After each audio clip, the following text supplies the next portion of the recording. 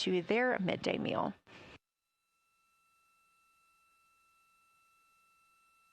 Again, this is the third of 5 scheduled blocks for our lunar viewing today, and if you were watching at the start of the broadcast, you can definitely tell the difference in the distance from the moon.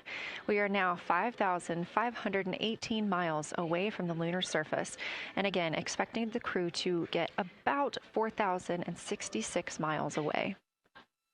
They are currently 252,050 miles away from Earth, and every mile is a new record, having surpassed the Apollo 13 milestone for furthest distance earlier today.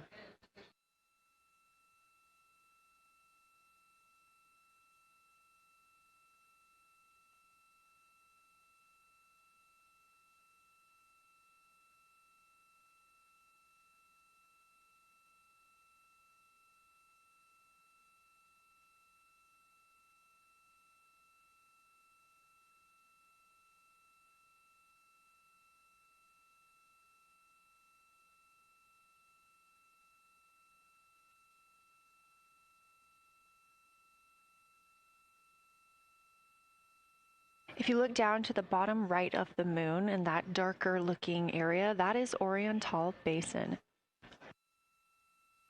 We have continued to lose views of the near side. It is just barely visible over towards the bottom right side of your screen. And then you'll also hear later about that terminator. That's the line between light and darkness while on the moon. It is really exposing some of those craters at this time.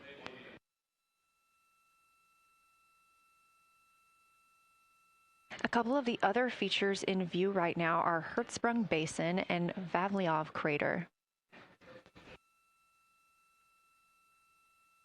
Hertzsprung Basin is nearer to the center of the moon, closer to that terminator line right now, and Vavilov Crater is just on the outskirts of it, closer again to the terminator.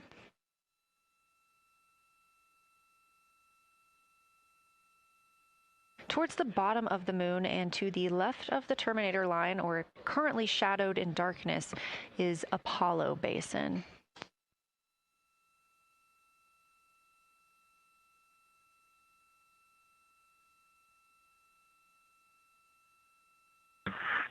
Science from integrity. Let me find out how far we are from the moon right now. But our view is about a third of the moon is in eclipse. That beautiful terminator is out there calling to me. We're 4,691 miles from the moon. And what looked like in the terminator, about a third of the way up from the southernmost part of the terminator, looked like a dinosaur print if one was running to the northwest. Now is clearly a crater with a bunch of craters around it. And that terminator, I can only see about half of it. I'm looking through the docking hatch window right now because we have the Z9 in window 1.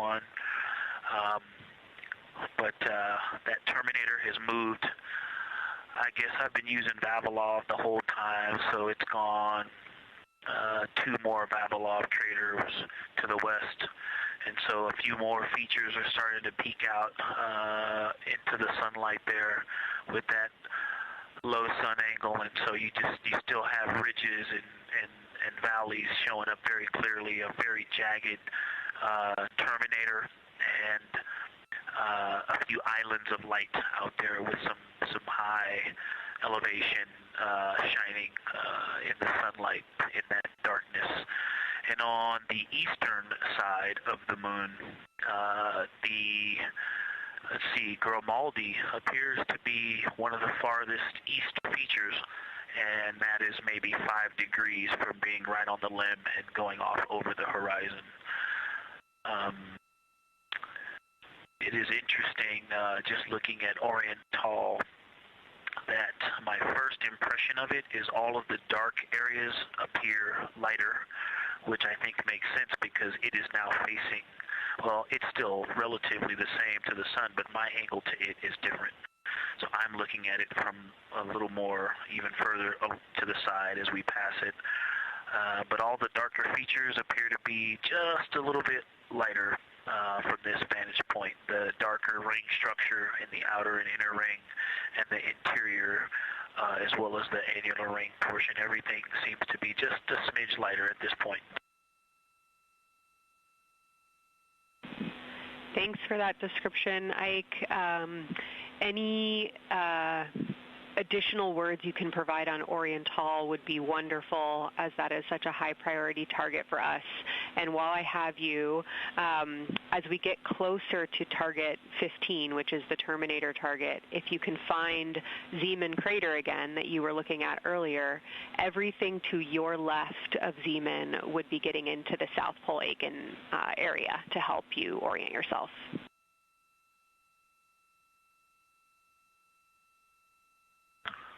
Zeeman is a great waypoint out there. I definitely see it.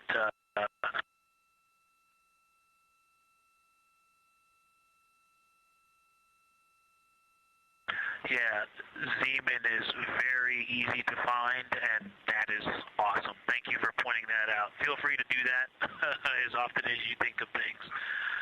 Let's see, looking back at Oriental. Okay, another thing, after looking through the zoom camera, man, you guys are smart. You probably did this on purpose, but after looking with my plain eyes and then going to the 400 millimeter zoom, now looking at it, I see the cliff face as if you were standing in the center. That inner and outer ring have definitely some real terrain to them, and now I can see that as terrain. Now that I look at it even with my naked eye, I can tell that there's a lot of elevation and that, like I said, a cliff face on that eastern edge where all the darker deposits are. And it's just the scale now. Looking at it from far away, before it seemed like flat with color painted on it, but now that I look at it, I can definitely see that there is, different depositional characteristics, and so the darker is some other material, but there's also some shadowing going on because of the cliff face that is a part of that crater wall. Great description, Victor. Thanks, and really interesting to hear now the distinction between shadow and color. Before I let you go back to other observations, you mentioned that Reed saw a browner hue to the annular ring than the rest of Oriental. Are you seeing that from your vantage point?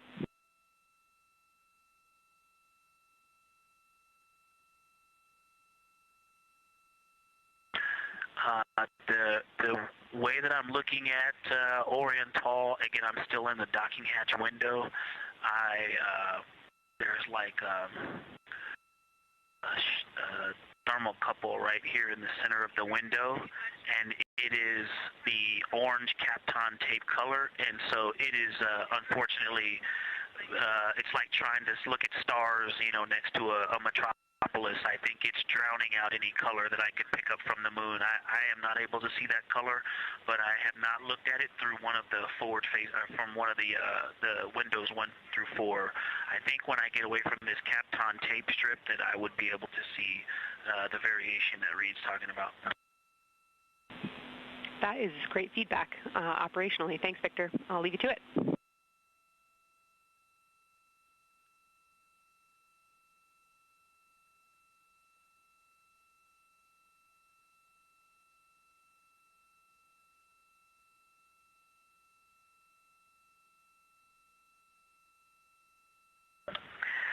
Science integrity with a question from the window team. Integrity, this is Science here with you.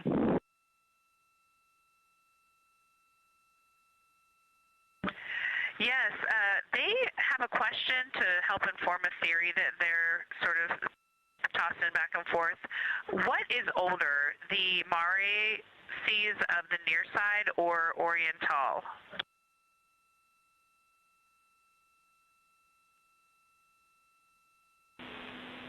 Stand by, Integrity. We're going to get you a little geologic history here.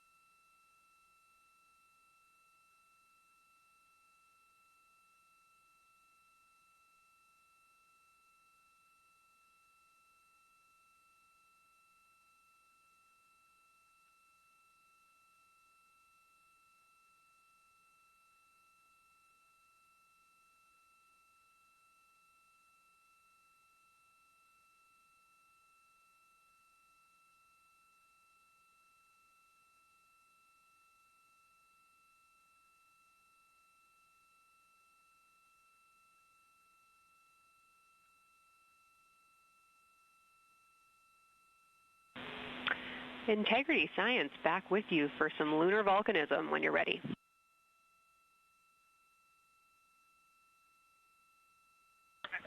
Go ahead. You're making our day down here getting to talk about lunar volcanoes. Oriental, as far as mare go, is younger than almost all of the mare on the near side. The exception are features like Aristarchus, which really pop out to you guys and really pop out to us here on Earth. That is younger, but other than that, Oriental is pretty young as far as mare go.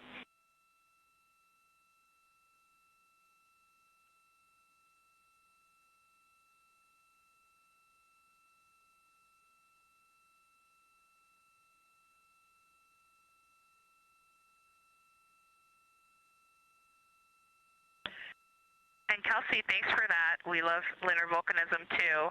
How about when the actual crater was formed?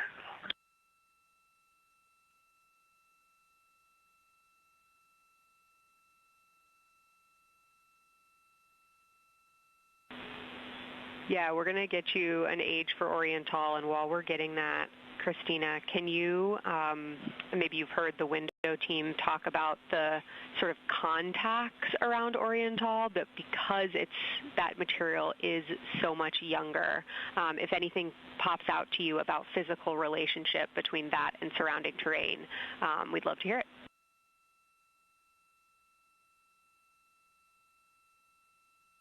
Yeah, definitely. They are discussing a contact relationship that could explain some of the color that they're seeing in certain areas. And so it was really about the ejecta of the creation of the basin and understanding the superposition of its ejecta and mare on the near side or other features. So thank you. We'll take the insight when you have it.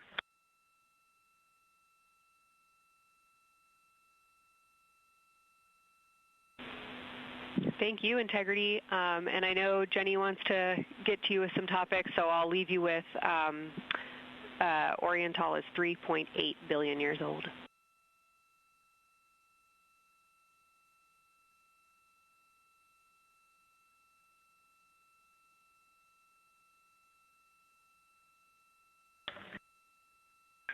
Copy that. So that's on the older side. The actual basin is very old.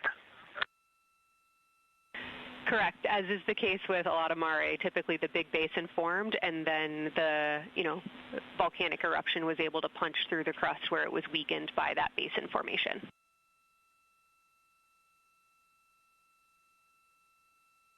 Perfect. Tracking. Thank you.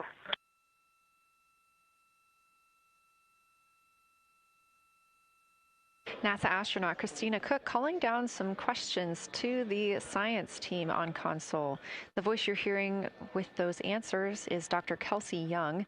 She is joined by Trevor Graff on console today. Christina asking about the age of Oriental and specifically the mare regions. Those are those dark regions that you see. They are paved or filled by volcanic deposits.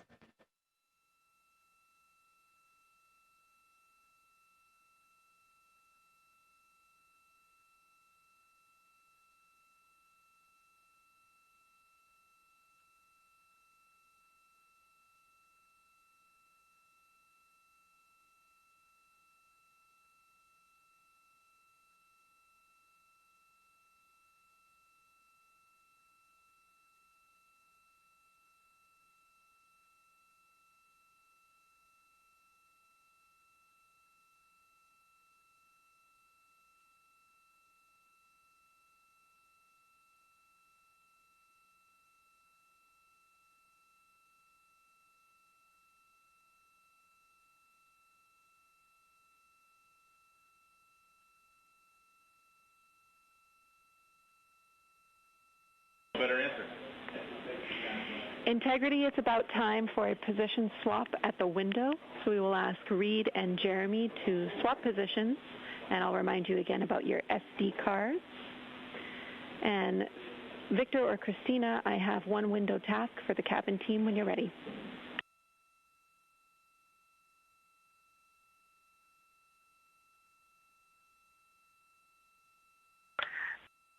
swapping, and I'm ready.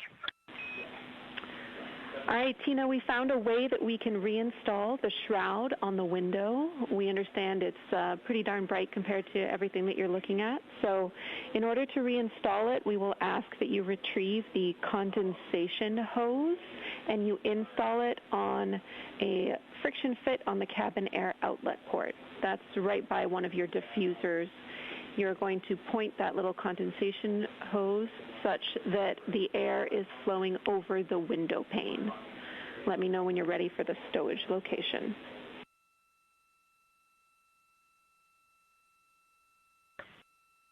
Ready.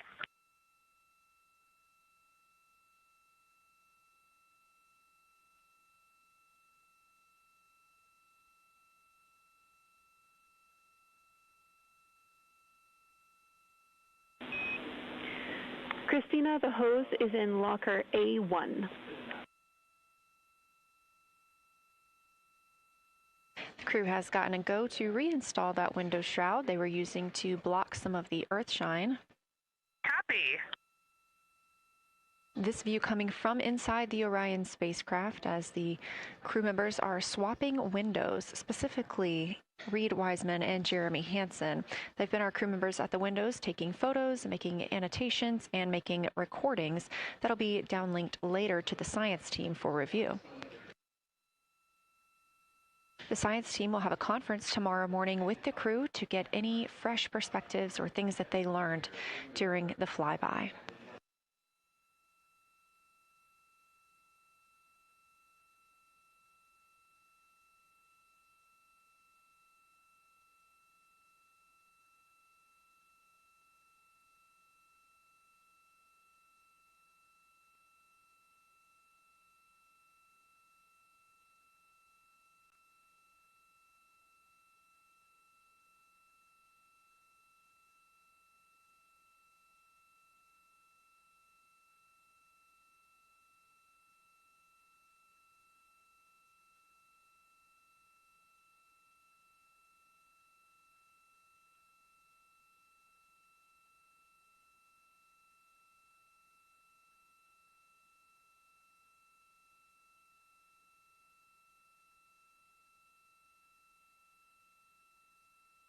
Again, we are now in the third of 5 observation blocks for the crew scheduled for today.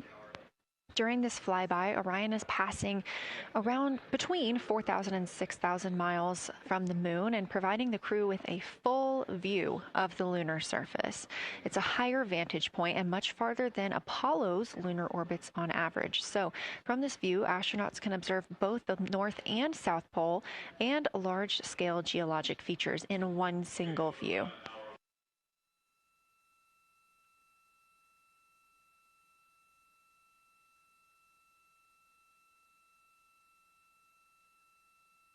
We are now just under an hour until Orion passes behind the moon, and we lose communication with the crew.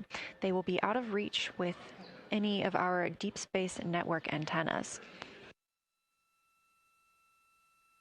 That loss of signal will last about 40 minutes, and we expect to regain communications with them once they fly behind the other side of the moon. While they are behind the moon, they will also reach their max Earth altitude as well as their closest approach to the lunar surface.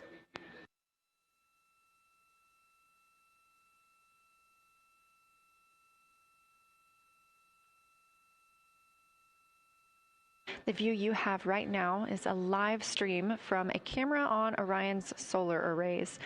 You are looking at a live view of the moon, and 4 people are inside that spacecraft taking pictures of it, telling us everything that they are seeing. The first humans to do so in over 50 years. They'll be sending those pictures down for all of us to enjoy, and of course, especially the science team, who are very excited for what they are learning today.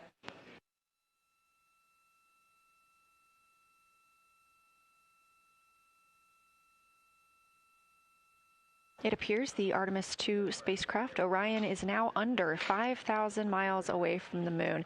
Again, we expect their closest distance to the moon be about 4,066 miles.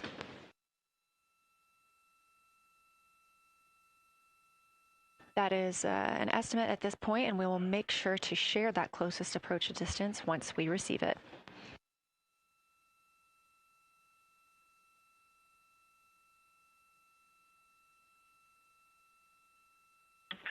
Houston integrity question, did you just want us to cool the window with the condensation hose, or did you want us to put the shroud back on and cool the window at the same time?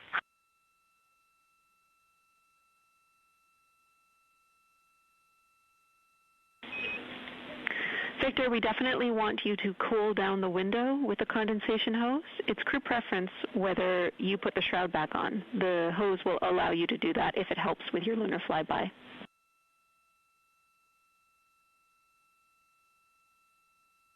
Okay, copy. We're going to do both at the same time. Thank you. Houston copies.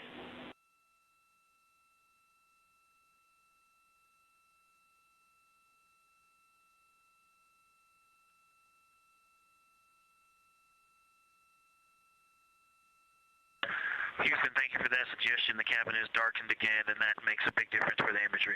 And for science, we are now seeing a half moon.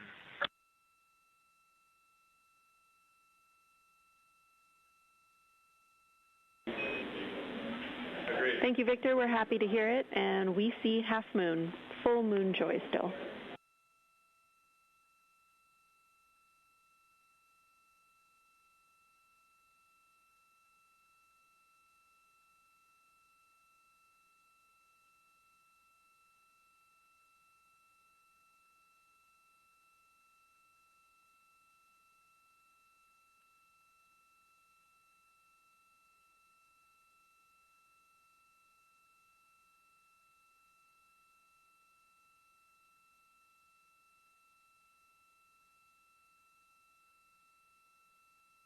Crew reporting from Orion that they are seeing half the moon, which is about what it looks like here from this view from the spacecraft. However, what has become a little bit of a catchphrase for this mission, everyone is reporting full moon joy.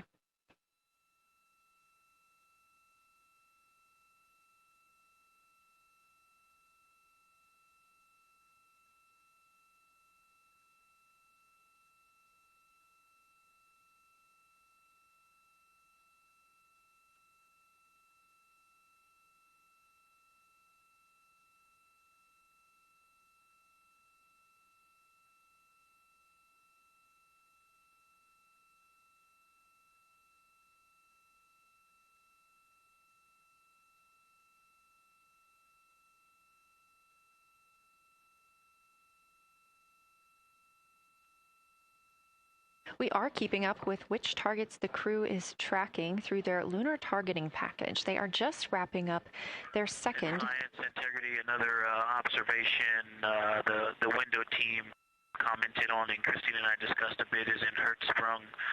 The solid and intact crater is very smooth. If it were a dirt road, it's very hard packed, and then you go outside of it, and that outer crater, that's the one that is older, it is a little rougher and more jagged, and starts to get into more loose-looking terrain. And the smooth interior also causes the craters that are inside of the larger crater, the smaller craters, to have really sharp edges, sharp, distinct edges. And just a general comment on that area, Hertzsprung, that whole area, the average albedo there is darker. That is, I would say, 3. And the average albedo around Oriental and between Oriental and Ohm, excluding the wedge, the darker wedge, is more on the 6-7. And that they also seem to be different texturally. Christina described it earlier around Hertzsprung, and then from Hertzsprung toward Oriental, there appears to be a frozen, a rippling pond, but frozen, or like choppy waves when it's windy out, choppy water, and then it freezes instantly. That's the texture. If you walk down there barefoot, it looks like it would be hard on your feet, like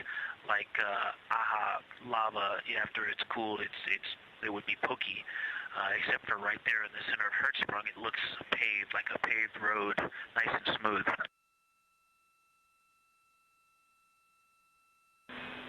Victor, that's a wonderful description. Going from a paved road to lava reminds us of the Icelandic highlands. Thanks for that.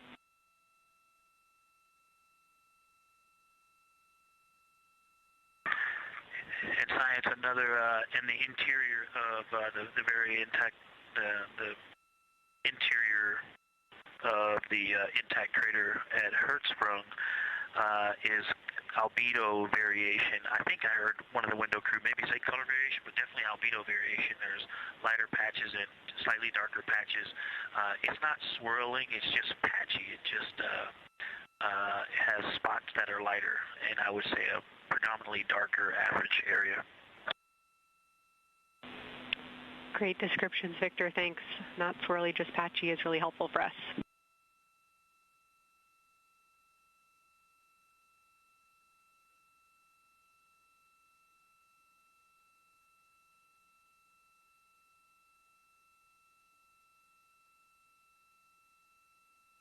Really great descriptions coming from Science. The window team is hitting all the targets. They are on the plan and starting the discussion of the Terminator. And boy, I'm loving the Terminator. I think I know it's not purely a moon feature, but what it does to the features of the moon, to the terrain, I've probably spent the most time describing into my recordings and thinking about and looking at the Terminator. There's just so much magic in the Terminator. The islands of light, the valleys, what look like black holes. You'd fall straight to the center of the moon if you stepped in some of those. It's just so visually captivating that the Terminator is the most striking thing that I've seen so far. We've been loving your evocative descriptions, Victor. You really are bringing us along with you, and we're following along with visualizations that pale in comparison to your descriptions. Thanks.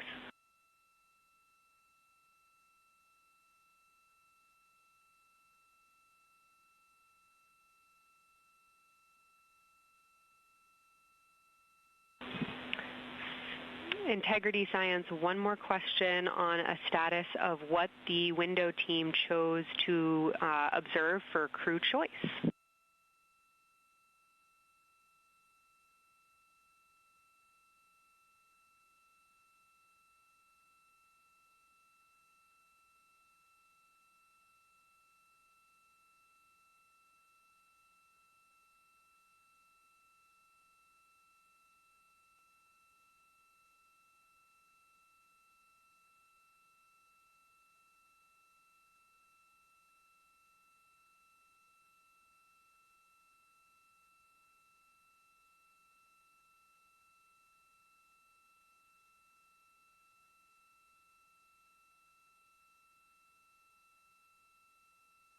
Window 2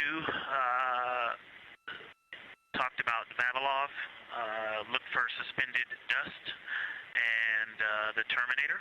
And window 3 about the experience and about the three-dimensionality of the moon this close. Wonderful. And another observation about Oriental, I would say, is the features going off to the southwest, the two large, almost look like scratches in the surface. I don't know if they're rays or canyons or collapsed lava tubes, but two distinct features that are almost parallel going off southwest from Oriental Basin. They are the first things that made me notice parallax of our trajectory looking out at Oriental. That and in the inner walls of the east side of the crater rings, you really get a sense that we're flying over something with elevation and terrain, and they look different from this orientation. Love to hear it, Victor, and you had it that those chains are actually crater rays, secondary craters formed from the formation of Oriental.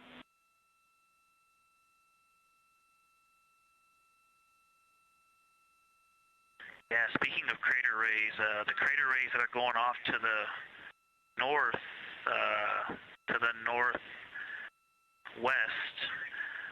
that run off toward Hertzsprung and I believe toward toward Vavilov. I'm not looking out at it right now, but those crater rays are very interesting. They're all very small. I know you've imaged this, but they're all small, and they look like, a big impact launched rocks and things that made smaller impacts down the way.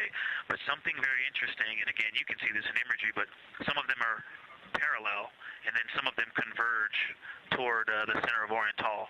And then I think I even saw some that maybe diverge, not diverge, but that are convergent, which indicate multiple large impacts that created a lot of secondary impact crater rays.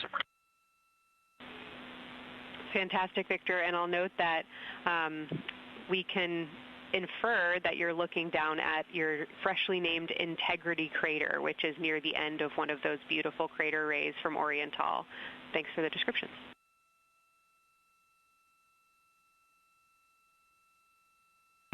Yeah, you're welcome. And Integrity is easily identifiable with the naked eye from this point.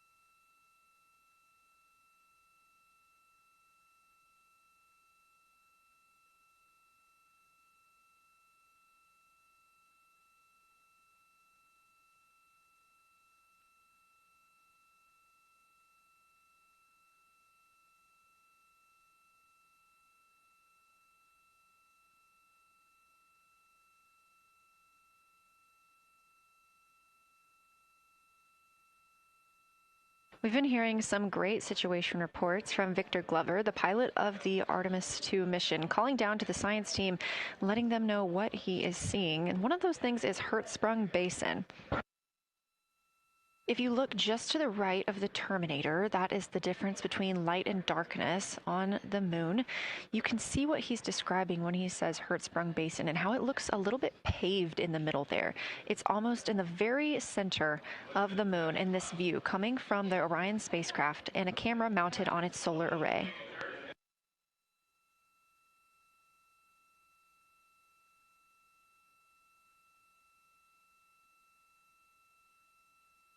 We are now 4 days, 23 hours, and 23 minutes into the flight of Artemis II, and we are standing by for their lunar loss of signal in about 43 minutes. Again, the spacecraft will fly behind the moon, and during that time, we won't have communication with them. They will be out of reach of our deep space network. However, we will regain communication with them approximately 40 minutes later when they come around the other side of the moon.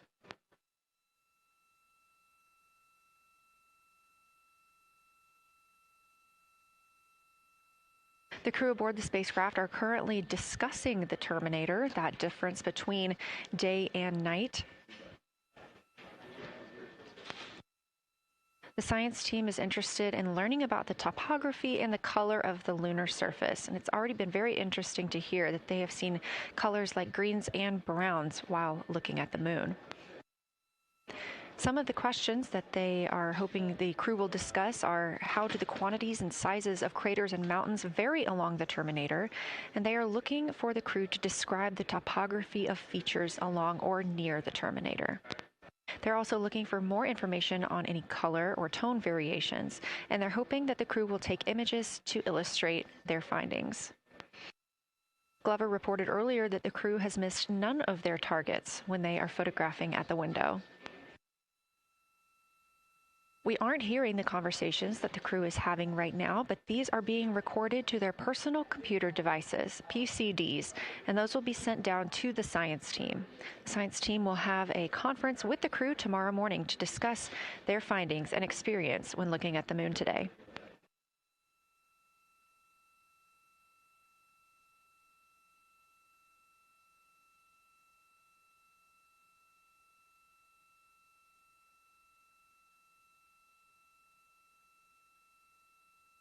We have a few minutes left while the crew is discussing the Terminator. And if you're just joining us, you're looking at a live view of the moon, our moon, from the Orion spacecraft and a camera on its solar array.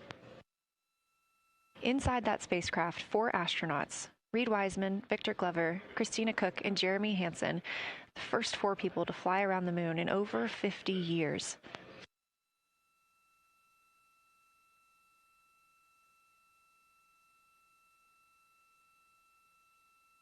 This is our lunar flyby day, and the crew has already surpassed one record today. The crew passed the Apollo 13 distance record at 12:57 p.m. Central, 1:57 p.m. Eastern. Canadian Space Agency astronaut Jeremy Hansen calling down that he hopes it's a record soon broken by other explorers.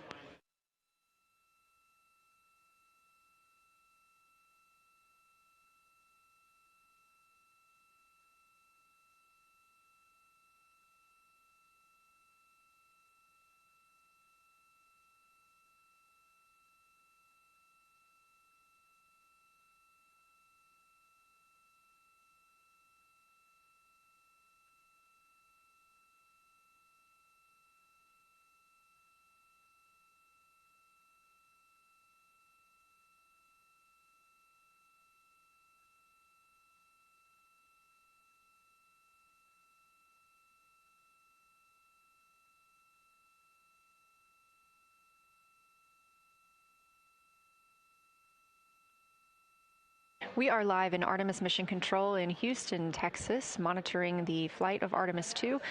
All of the flight controllers here, each monitoring a different system aboard the Orion spacecraft. Integrity Houston, we are ready for our cabin and window teams to swap again. We have a 15-minute handover time here, and I have a couple of items I want to read up to you. They'll require you to write something down on your knee boards, so let me know when you're ready.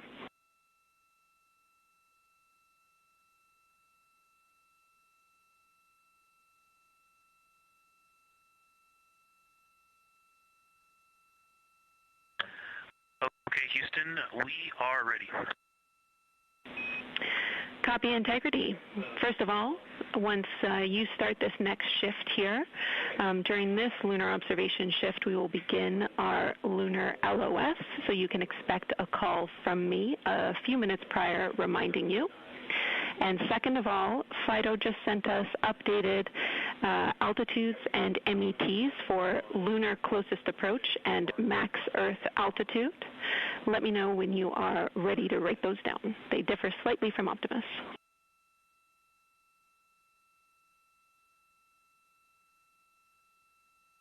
Thanks, Jenny. We are ready to copy.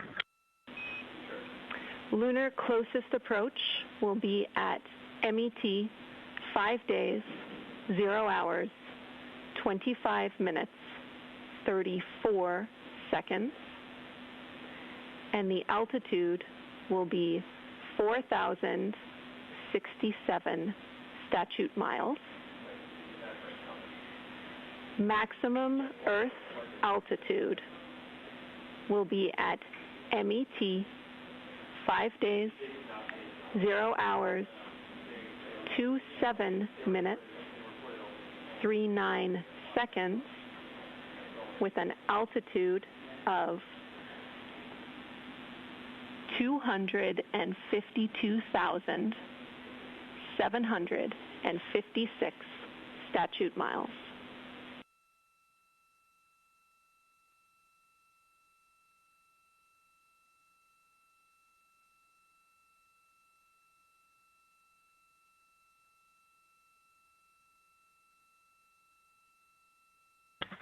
The crew really wants to ask for that in kilometers and in parsecs, but thank you for those. That is great. Thanks for that update. I'll send FIDO to work, and I appreciate the metric. Other than that, I have no new vehicle statuses to pass to you. Enjoy your handover time, and we're looking forward to picking back up with you shortly.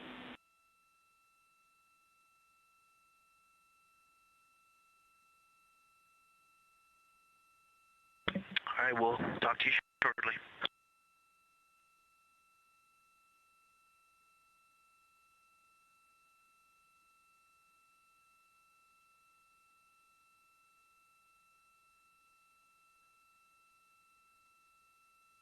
Those words called from Capcom Jenny Gibbons, CSA astronaut and Artemis II backup crew member, to the crew working aboard the Orion spacecraft.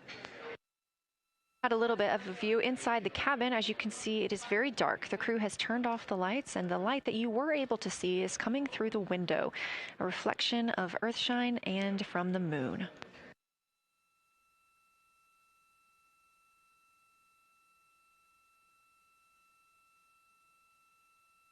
The crew is moving into their next observation block, meaning they are taking time to switch cabin and window teams.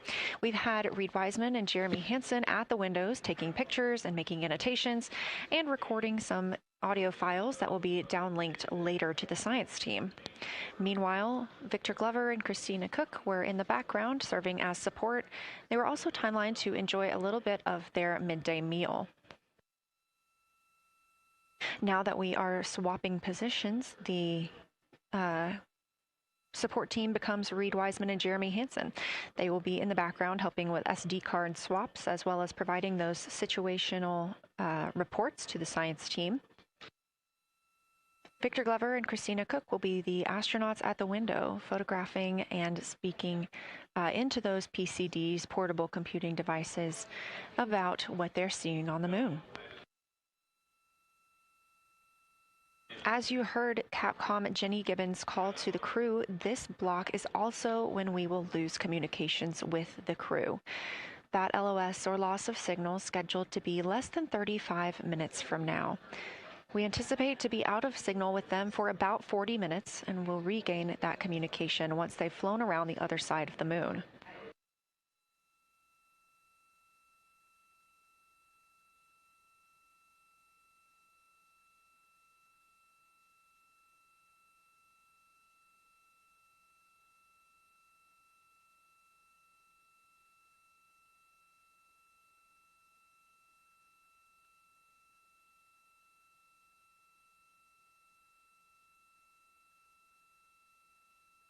Now, even though the crew will be flying behind the moon, their observation period does not stop. They will still be taking pictures and making annotations of what they are seeing.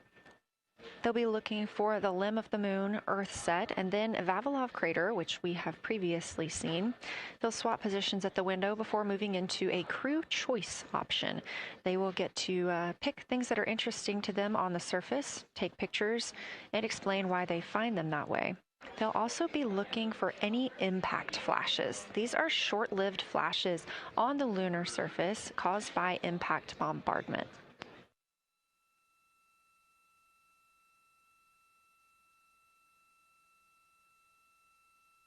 Just before Earthrise, the crew will be looking for lofted lunar dust. This may be lofted just above the lunar surface, and we could only see it just before Earthrise along the dark western limb. Any Earthshine would illuminate potential lofted dust. But once the crew is all the way around the Earth, the brightness of the Earth will wash out any of that dust they might be able to see. These were based on observations from Apollo missions and orbital spacecraft, and so we're very interested to see if the crew might be able to capture some of that lunar dust today.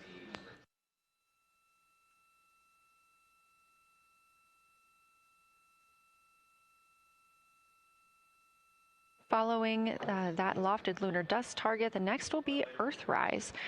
We will regain communications with the crew shortly after Earthrise.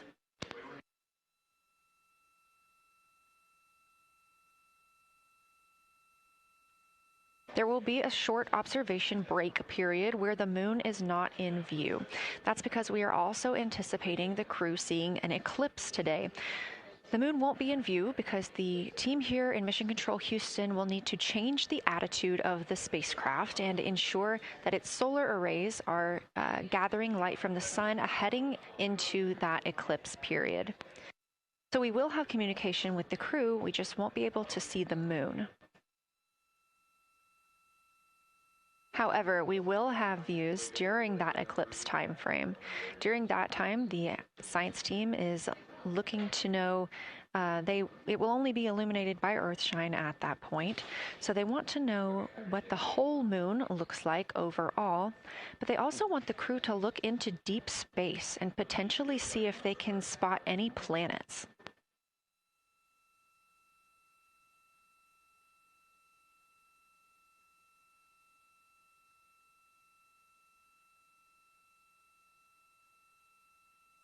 Once the eclipse is over, the lunar flyby period will have ended. We are live through the whole thing, and even once flyby is over today, we remain live 24/7 on NASA's YouTube.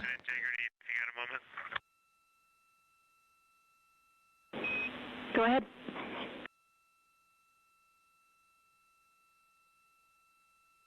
I don't know if Catherine and Devin are still there, but if they are, just wanted to just let them know how much fun we're having out here.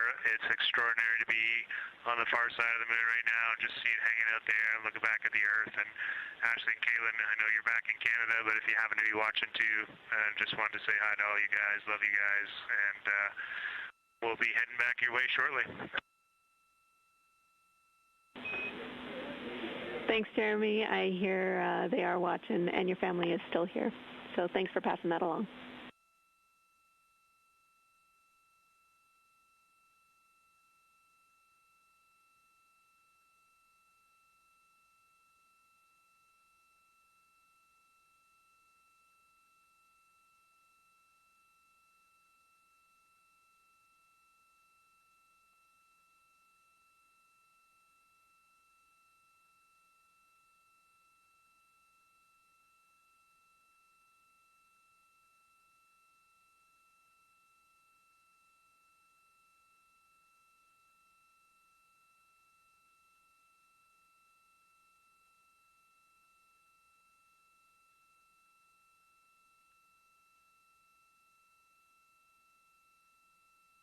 This view inside the Orion spacecraft, and it's a little hard to make out, but on the left there, that is Jeremy Hansen just calling down some well wishes to his family, joining us in the viewing room and watching online. Currently in the window are Victor Glover and Christina Cook. They are taking pictures outside of the window as they are now in their flyby observation block. At this time, Reed Wiseman and Jeremy Hansen are serving as support crew members, and they are also going to have an opportunity to enjoy their midday meal at this time.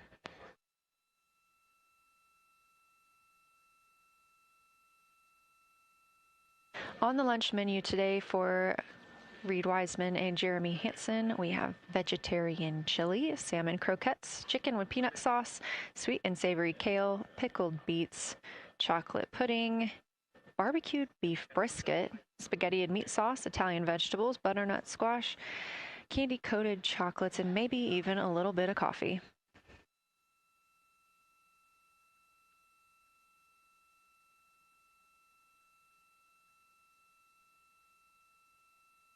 And if you look closely, you can see it looks like they are getting into some of their food for the midday meal. All of the food on the spacecraft is rehydratable. We don't have an option for fresh food as there's not a refrigerated section of the Orion spacecraft. So all of this food can either be rehydrated or eaten straight from the package, just depends on what the food actually is. And for food that needs to be rehydrated, there is information on each package of how much water needs to fill that bag and what temperature it needs to be.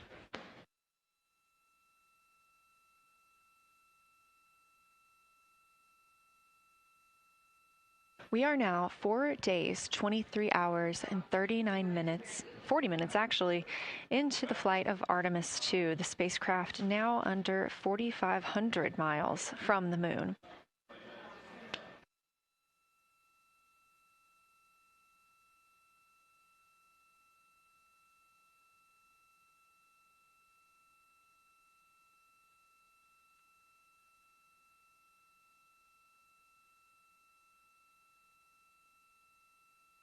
We are now also under 30 minutes away from loss of signal with the astronauts. We will regain that communication about 40 minutes later. They will still be photographing the moon and documenting what they're seeing while they're behind the moon.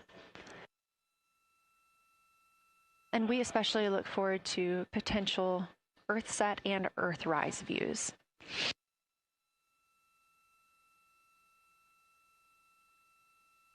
As you can see on the left side of your screen, we are streaming this solar array camera view throughout the flyby.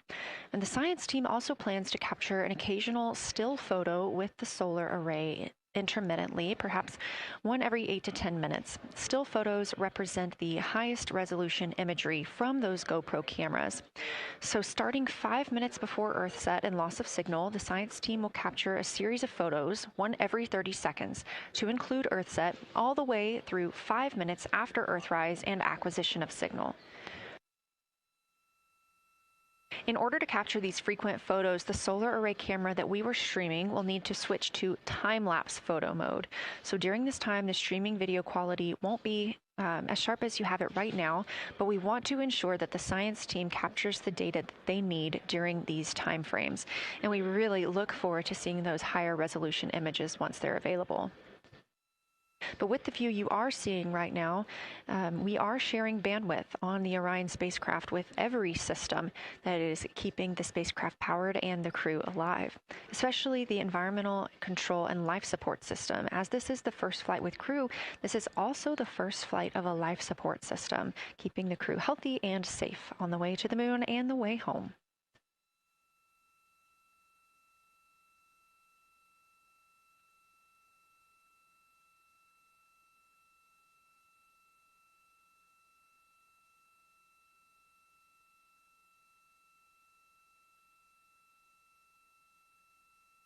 On the timeline, we're getting towards the end of the cabin and window team swap period, but it looks like our astronauts, Victor Glover and Christina Cook, are already photographing the moon outside of those windows. The next target is Ohm Crater, and this is something that they have photographed previously during the flyby. This is a small, complex crater with a prominent ray system, and as referenced earlier, it's the size of the Eye of the Sahara. That Eye of the Sahara is a feature in Mauritania. Seeing this crater more than once throughout the flyby allows the crew to photograph it at different lighting conditions.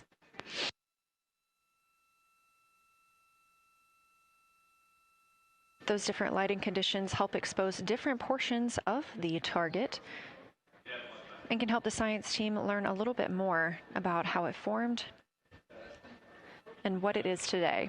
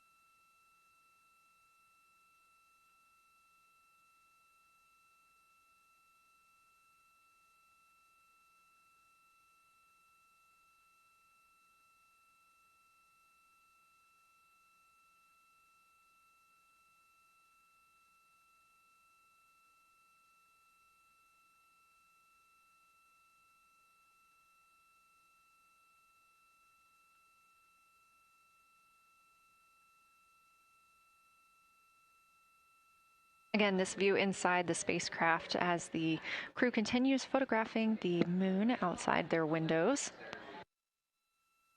They have turned the lights off to allow them to better get photos of the moon, preventing any reflections from coming in from the spacecraft.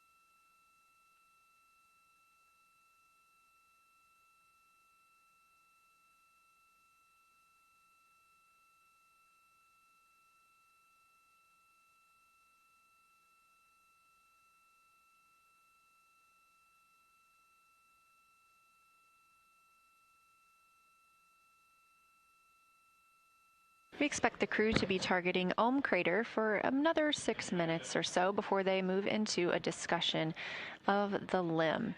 Now, the science team has asked for a science sit rep or situation report during that time, so we hope to hear calls from the crew on what they are observing.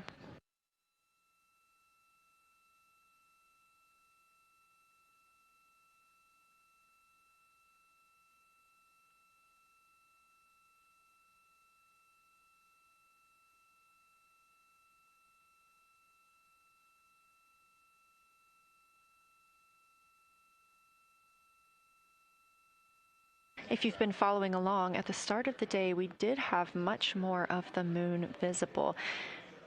And even just an hour or so ago, we could see about half of the moon. We are now continuing to see more of the far side and that darkness where the moon is not reflecting light from the sun.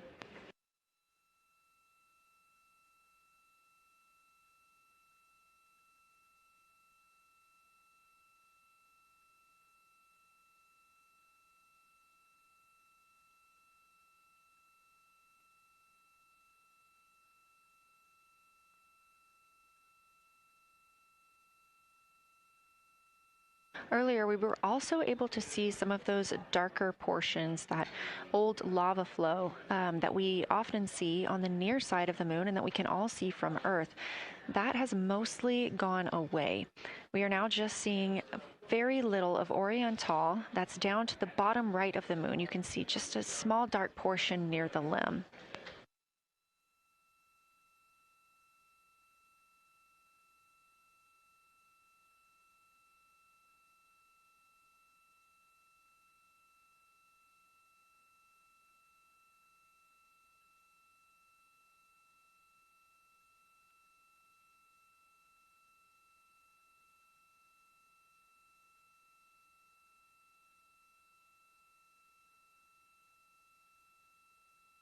We are now about 18 minutes away from loss of signal with the Orion crew. Again, we use the Deep Space Network to communicate with the crew members when they are this far from Earth. This is the first mission since Apollo when we have had humans on the Deep Space Network.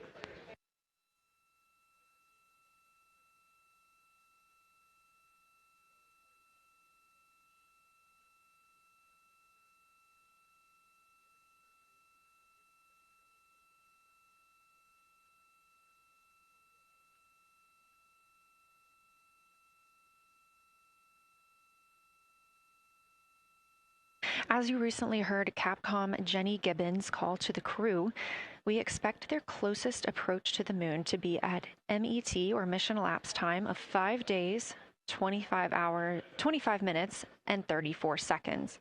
At that time, their altitude would be 4,067 statute miles above the Earth's surface. Just over 2 minutes later, they will reach their maximum distance from Earth at mission elapsed time 5 minutes, 5 days, 27 minutes, and 39 seconds. The altitude at that time would be 252,756 statute miles. These are our latest numbers, and we'll make sure to verify and confirm those once those milestones have been achieved. Obviously, we will be without communication to the spacecraft at that time, so once we regain communication, we will make sure to find out those numbers and report those to you.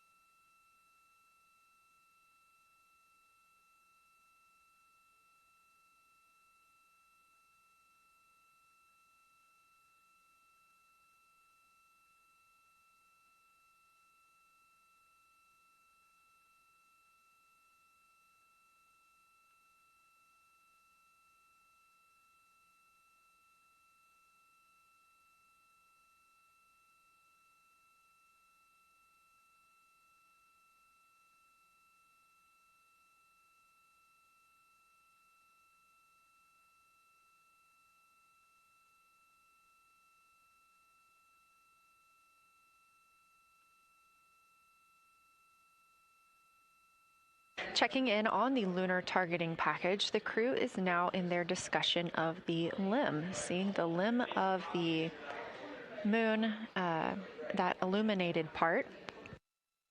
Currently at the windows taking photos and making annotations are Victor Glover and Christina Cook. We are expecting loss of signal in about 13 minutes. We will regain that signal with the crew about 40 minutes later.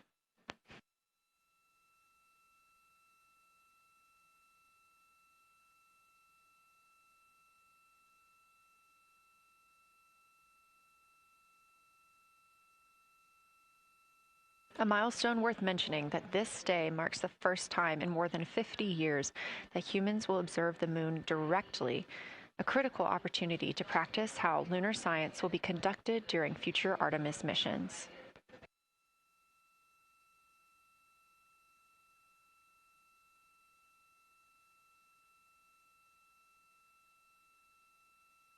I've continued to reference the lunar targeting package throughout this broadcast, which is the primary tool guiding the crew observations, and that consists of two key components. The first of those is the Lunar Geography Review, which helped the astronauts study major lunar features in advance. That also helped them learn to orient themselves during the flyby. The Lunar Targeting Plan provides a detailed timeline of observation targets, background science context, and specific instructions for the picture the crew should take, and verbal descriptions of what will be helpful to the science team reviewing those pictures later. That's what we've been tracking real time and what the crew is using right now to keep up with their next milestones.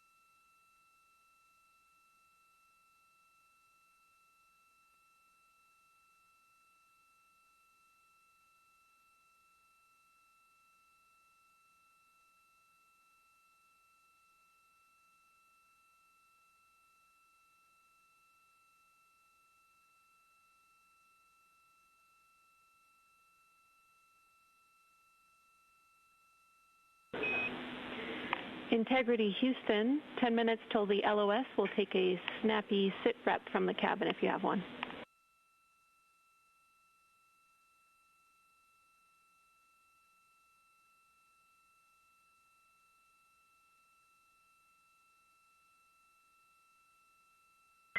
Okay, Jenny, that came, we missed most of that, but just a 10-minute warning, is that what you're saying? 10-minute warning for the LOS, and I'll take a quick sit rep from the cabin, please.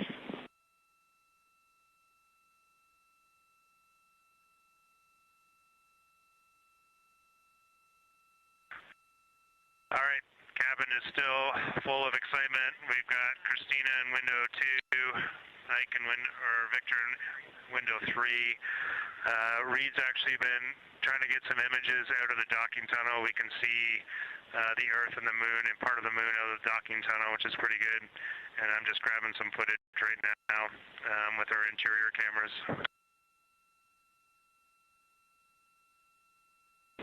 Copy, Jeremy. We'd like to know what camera Reed is using and also the status of window 1. Looks like there might be a shroud removed.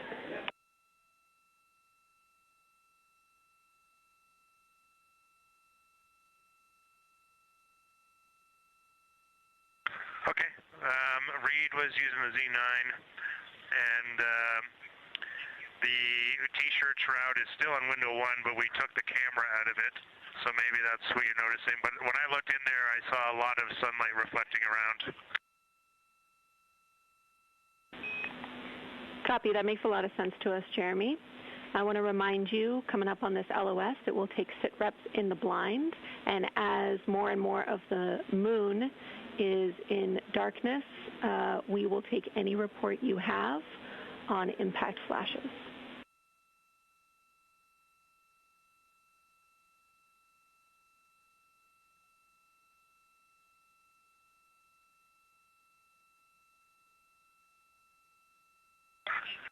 All right, Jenny, you'll have to say again your last. There's a lot of conversation here, and I was on the other side of the cabin, so I missed all of it.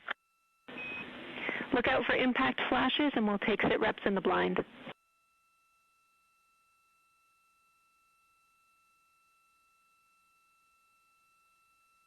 Okay, impact flashes, sit reps in the blind. We got it. And yeah, just so you understand what's going on with window 1, there is light coming through the outer hall from window 2 into the inside of window 1, if that makes sense. Like, I can see the inside of the vehicle when I look between the 2 panes of glass. Copy.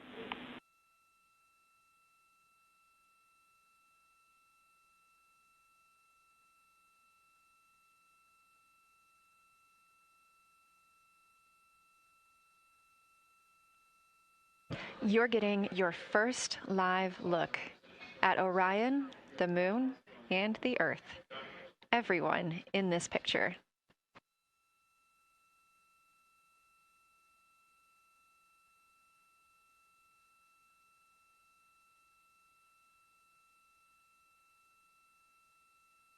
This is a live view from the Orion spacecraft.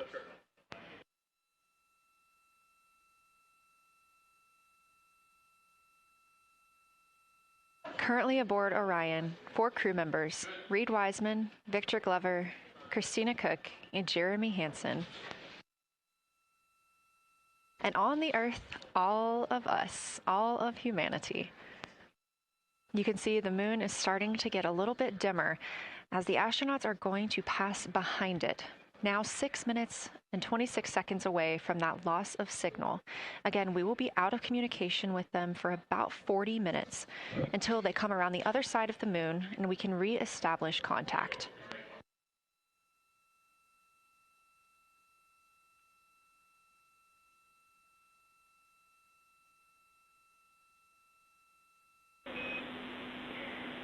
Integrity Houston, you are 6 minutes from your 40-minute lunar flyby LOS. From all of us, it's a privilege to witness you carrying the fire past our farthest reach. Thank you. Godspeed.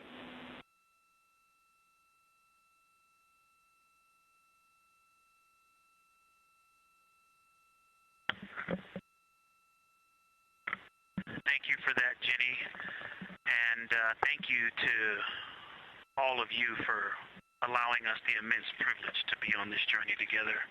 It's quite amazing. And as we go on this journey, thinking about the NASA mission to explore the unknown in air and space, to innovate for the benefit of humanity, and to inspire the world through discovery. And as you've gone along on this journey with us, hopefully we're doing just those things. And as we get close to the nearest point to the moon and farthest point from Earth, as we continue to unlock the mysteries of the cosmos, I would like to remind you of one of the most important mysteries there on Earth, and that's love. Christ said in response to what was the greatest command, that it was to love God with all that you are. And he also, being a great teacher, said the second is equal to it, and that is to love your neighbor as yourself. And so, as we prepare to go out of radio communication, we're still to feel your love from Earth, and to all of you down there on Earth and around Earth, we love you from the moon.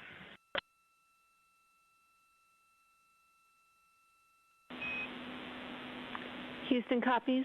We'll see you on the other side.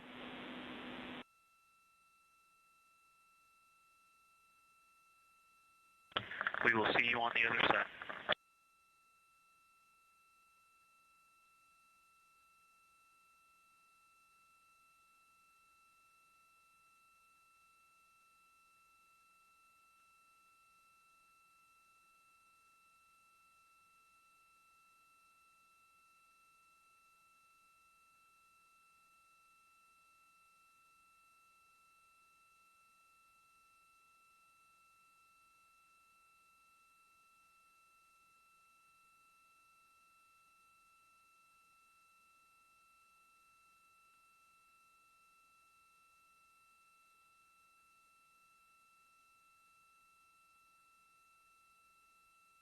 poignant words from NASA astronaut Victor Glover, and a little bit of a love letter from the other side of the moon all the way to Earth.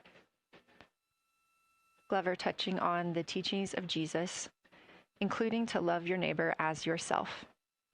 We are now less than 3 minutes away from loss of signal with the Orion astronauts.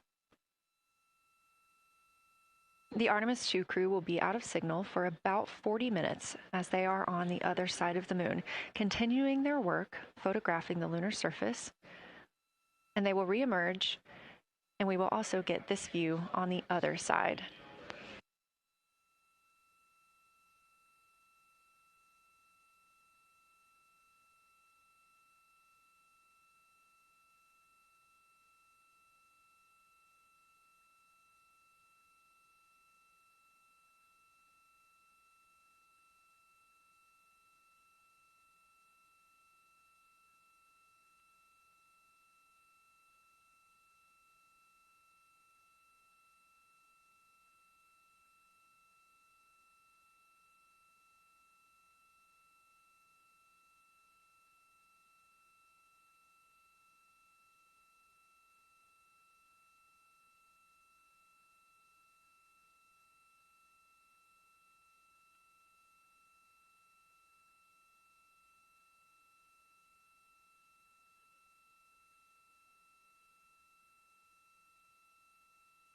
Just about a minute and a half now until we lose communication with the astronauts aboard Orion on the Artemis II mission.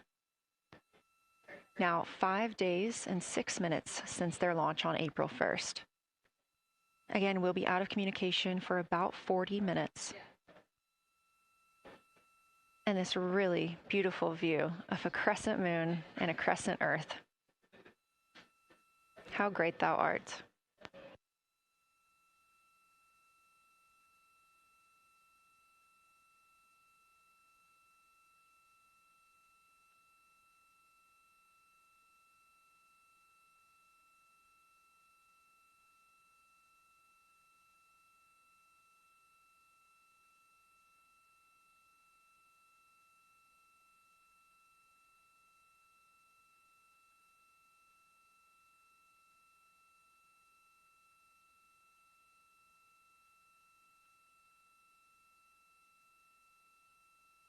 "30 seconds now until we expect loss of signal.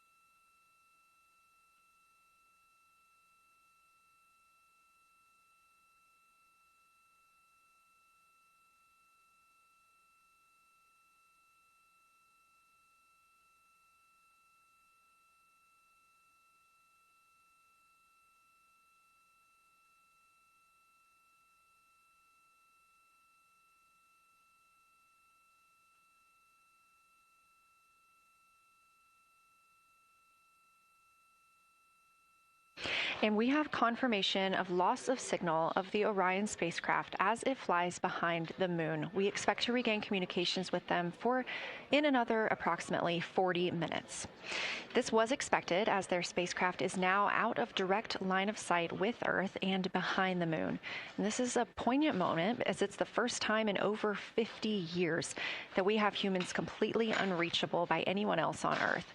No matter how distant or secluded, we could reach anyone living on Earth, but while the crew flies behind the moon, it's simply impossible to make contact with them. This is a live view inside the Science Evaluation Room here at Johnson Space Center and just down the hall from Mission Control. This team has been monitoring the flyby all day as the team has continued capturing targets on the lunar surface.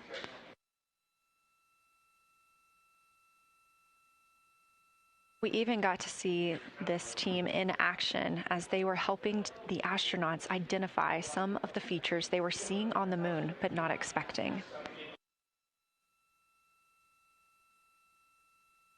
There will be a couple of milestones during this loss of signal. The first will be when the astronauts make their closest approach of the moon at MET 5 days, 25 minutes, and 34 seconds, when we expect they'll be 4,067 statute miles above the lunar surface.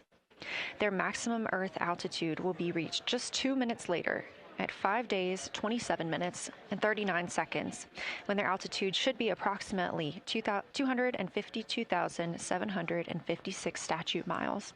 Once those milestones are reached and we have confirmation, we will report the official numbers.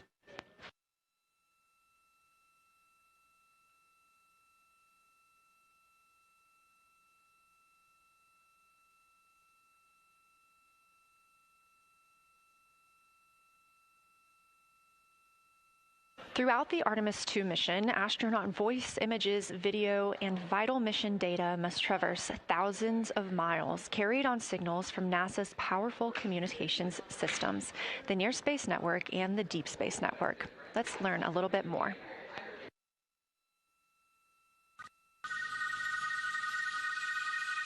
NASA's Artemis II will send 4 astronauts around the moon, preparing humanity for a long-term lunar presence and future journeys to Mars.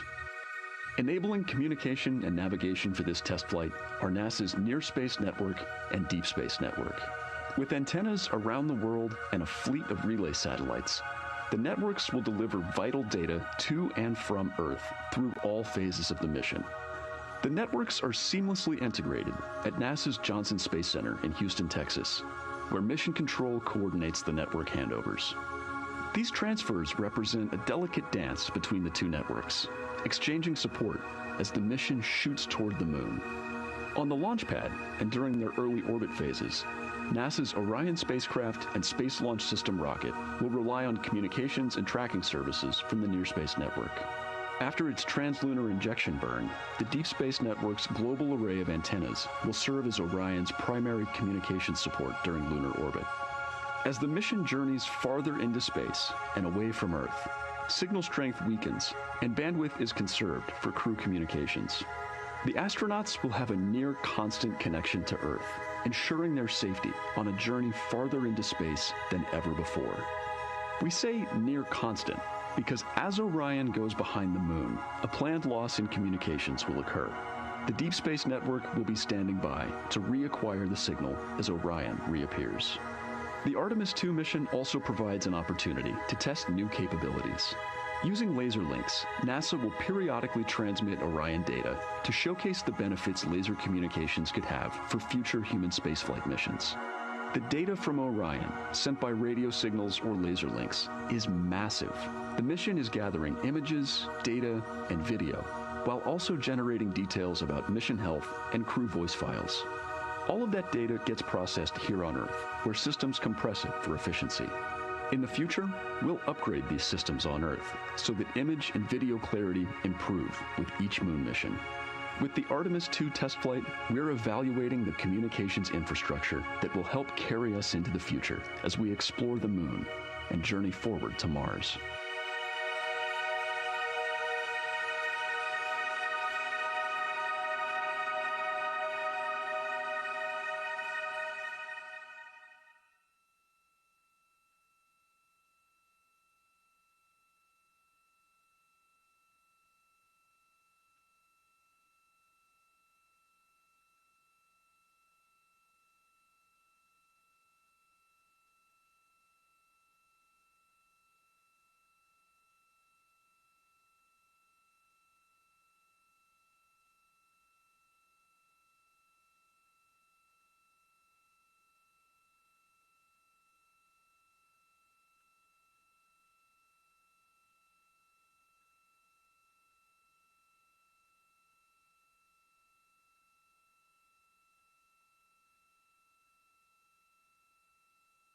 We are now about 33 minutes until we expect to regain communications with the astronauts aboard Orion. And in the meantime, I've got Dr. Kelsey Young, Artemis Science Flight Operations Lead, here with us. Thanks for joining me, Kelsey. Thanks for having me. This is such an exciting day. Oh, no kidding. It has been so cool to hear you communicating directly with the crew. And I know that you have been preparing for this for years, so I am so excited for you and for your team. So just to get into that background a little bit, tell me about your background and what you've been doing on console. My background is as a field geologist. Actually, I studied impact cratering in the field for my PhD, so all these descriptions of impact craters have me just absolutely swooning. How I got into this, though, is, during my PhD, I got an internship at NASA and ultimately never left to integrate science into flight operations. So we developed the Science Officer Console, for which this is the first mission we're supporting. We developed the Science Evaluation Room that's right upstairs, and so it's so gratifying to see this operation structure come to fruition, especially on a day like today. I would have to imagine so. And we've got a great view of the Science Evaluation Room right now. Is there anything that has stood out to your team so far? Absolutely. So as you might have heard in some of the press briefings and content that, we've been putting out, color and albedo were really exciting targets for us. We've heard several amazing color descriptions so far. Just to highlight maybe one of them, we heard about greenish and brownish hues near Aristarchus, which is actually a feature that we can see here from the near side. And those greenish hues could actually tell us something about the volcanic evolution of that area. So you can bet that the science team is going to be prioritizing downlinking those images and the crew audio that we didn't hear that went into those recordings to learn a little bit more. Wow, that is fascinating. I was hearing those colors and very interested just from a personal standpoint, because looking at the moon from, 250,000 miles away, we don't see green or brown. So just hearing that, them being so close and getting to see that, fascinating, and I know very exciting for you. So what are you expecting to see in the upcoming portion of the flyby? The upcoming portion is actually going to be really exciting. So right now, as we speak, while folks in the room are kind of taking their, their stretch breaks and everything, the crew are still hard at work. They still have targets to image and describe during this LOS. But when we come out, the first thing, of course, we're going to hear about is Earthrise. We're really looking forward to hearing about the crew's experience with something that we can connect with and that, Apollo 8 brought us such amazing images from. But then we start to get into describing the Terminator, as well as looking for things like lofted dust, which tell us about the modern lunar environment.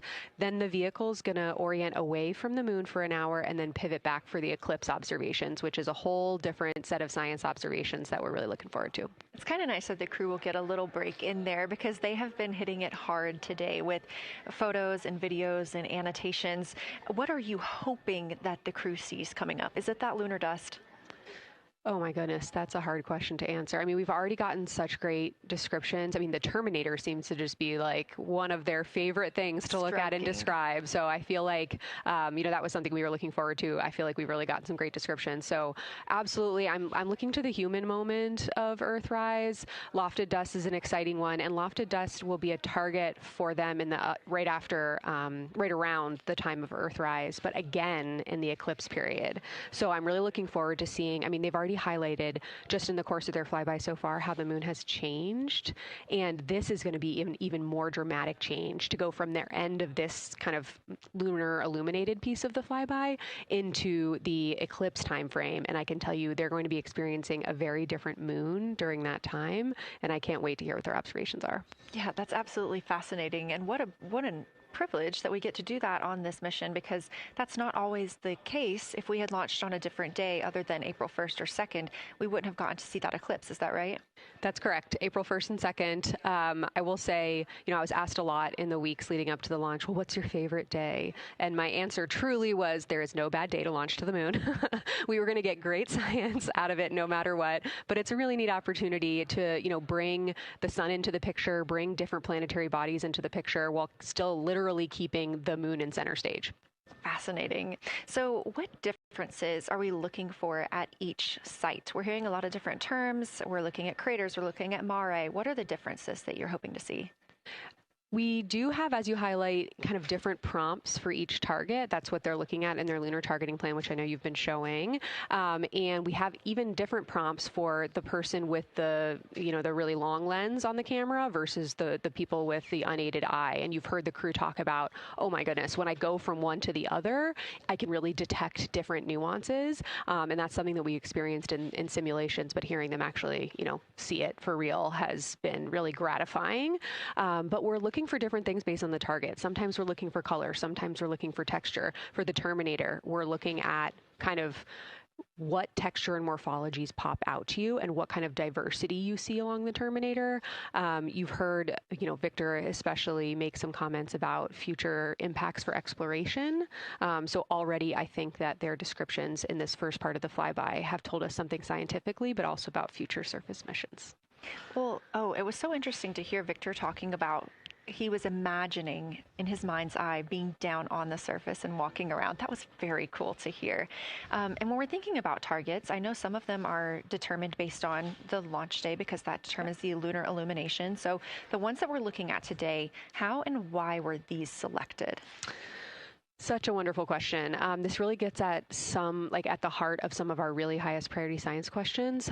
Illumination conditions is a big one, right? So of course we need the targets that we're interested on the lunar feature to be illuminated by the sun in order to view them. But the timing in which they see them during the flyby enables us to ask different questions. So you heard in the pre-flyby crew conference talking about, well, the same pair, Reed and Jeremy, will get to actually look at Glushko crater twice, and that looking at it from different illumination angles allows us to understand that feature better and connect color and albedo with topography and morphology. Then you have other craters where you want to look at it with the sun shining on it obliquely versus straight on, and that tells you something different about the scientific objective that drove the target being on the targeting plan in the first place.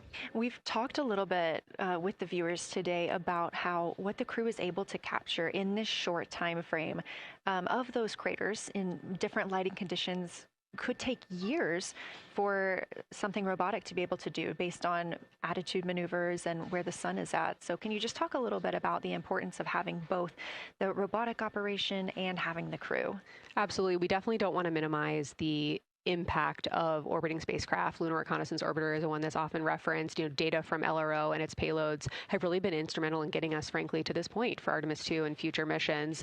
But the human experience, the crew observations that we've already been hearing about, it is such a perfect complement to the orbiting spacecraft data because they are able to have this unique perspective. They are far enough away where they can make these contextual observations. You've already heard it. How many times have we heard the crew and their science sit reps say, if I track this feature from all the way up here in the northern hemisphere down to the southern hemisphere, here are comparisons I can make.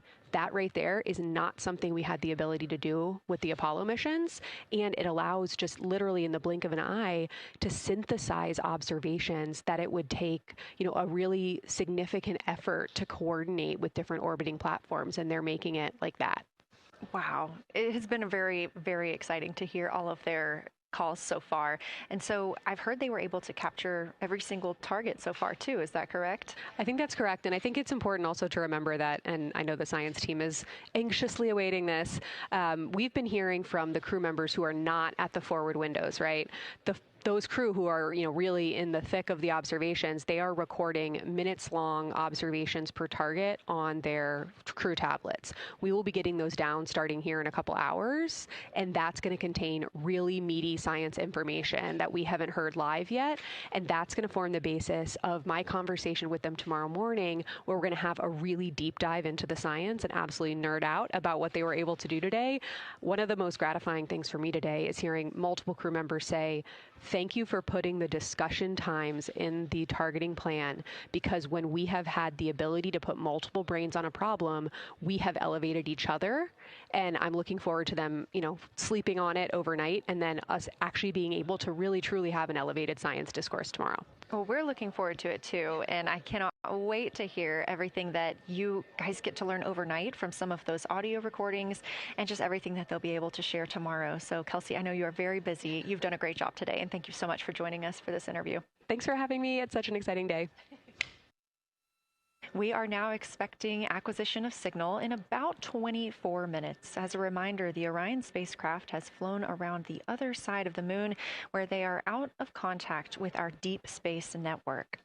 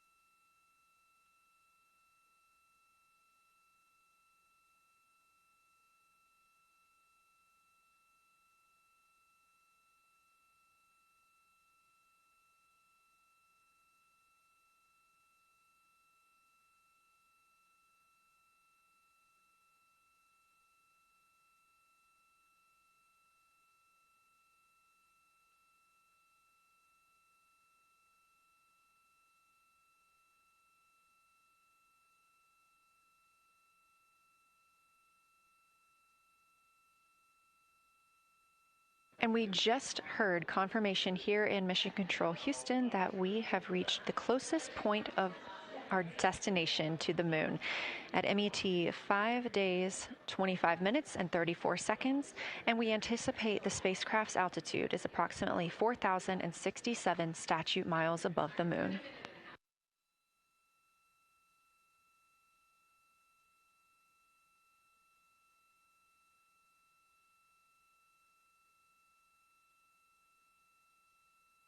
We're continuing to track what the crew is doing while around the other side of the moon.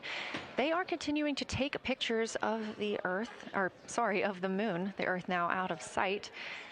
What they are in right now is a crew choice event. The science team has encouraged them to find interesting features on the surface, to take photos of those, and describe why they were interesting. Something else that they'll be looking toward next, just momentarily, will be impact flashes. They've got a few minutes allotted to look at the darkest portions of the moon. They're interested in short-lived flashes on the lunar surface because these would be caused by impact bombardment. After their impact flash targeting, the team is interested in if the crew can see lofted lunar dust. This would only be visible just before Earthrise. Now 20 minutes until we expect to regain communications with integrity and the astronauts for Artemis II.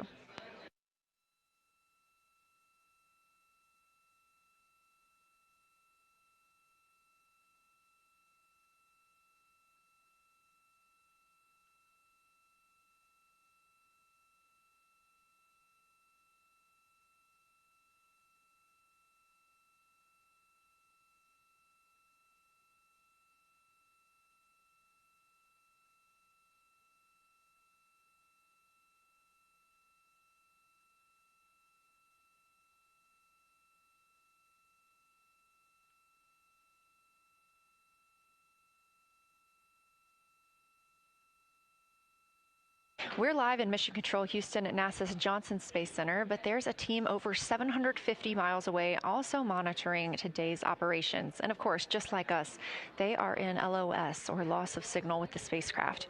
This is LUCA, the Lunar Utilization Control Area, and it's joined by LISA, the Lander Engineering Support Area, which are twin control rooms that will support missions and operations in lunar orbit or on the moon's surface in real time at NASA's Marshall Space Flight Center in Huntsville, Alabama.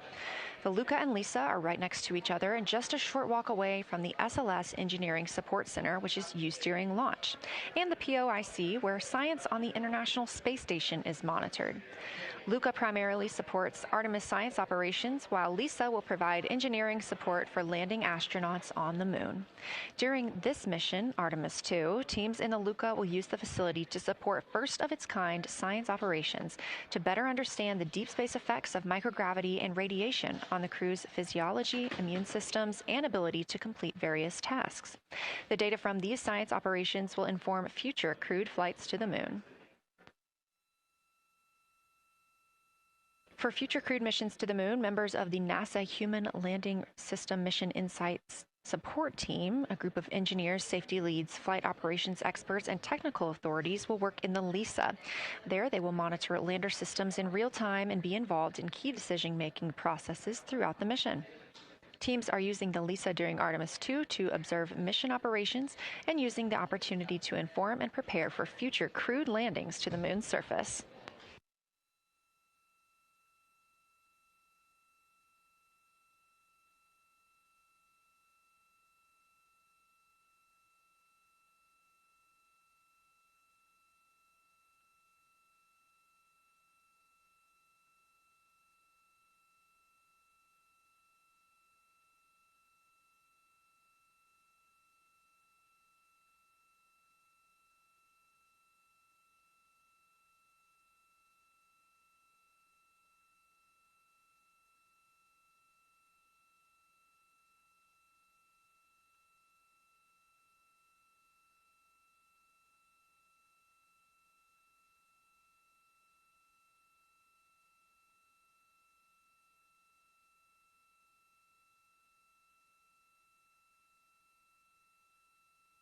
We now expect to regain communications with the astronauts aboard Orion in about 17 minutes.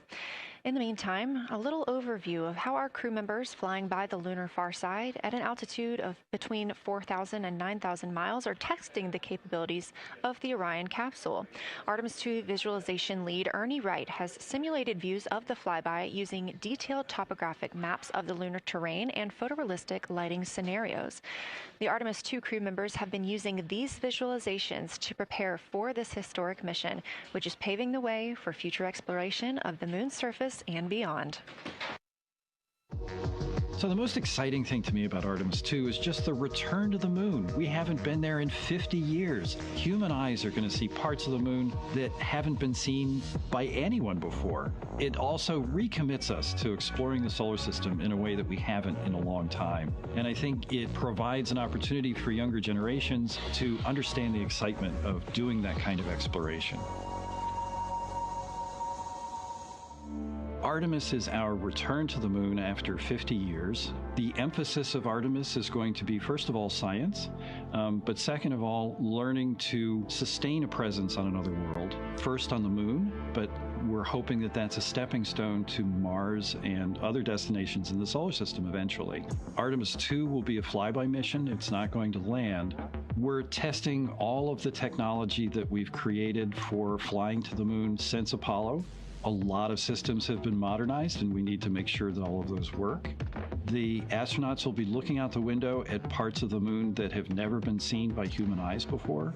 They will be flying by the moon at an altitude that's much higher than Apollo's orbits. And so they will see the entire disk of the moon, including areas that are closer to both the North and South Pole that astronauts from Apollo never saw. All of that depends on the lighting, which we really won't know until launch day, but we can practice with different lighting scenarios. It's hard for people to sort of picture that in their mind. If you can make a visualization of it, show them a movie, that helps everybody choose the targets and also practice aiming at those targets. The astronauts have actually been looking at these visualizations through the lens of the camera and practicing aiming at the various targets.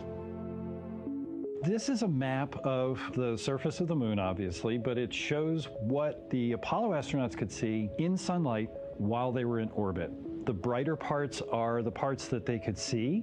The darker parts, like this entire area here and places that are farther north and south, are places that they couldn't see in sunlight, either because it was nighttime there or because it was beyond the horizon of the astronauts. All of the Apollo flights orbited the moon at a distance of about 110 kilometers. Because the astronauts were flying at such a low altitude, their horizon was actually quite close, and they couldn't see the North and South poles.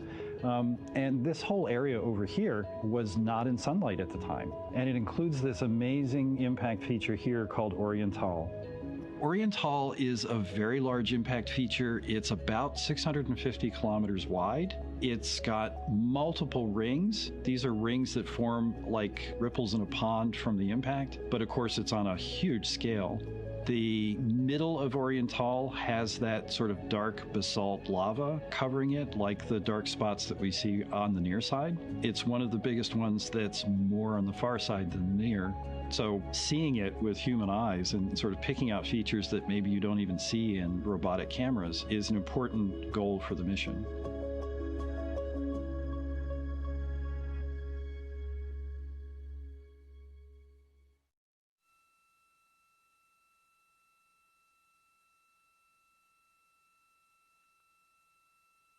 This live view in the Science Evaluation Room, or the SIR, here at Johnson Space Center in Houston, Texas, just down the hall from where we're at in the Artemis Mission Control Room. Teams continuing to monitor the flyby.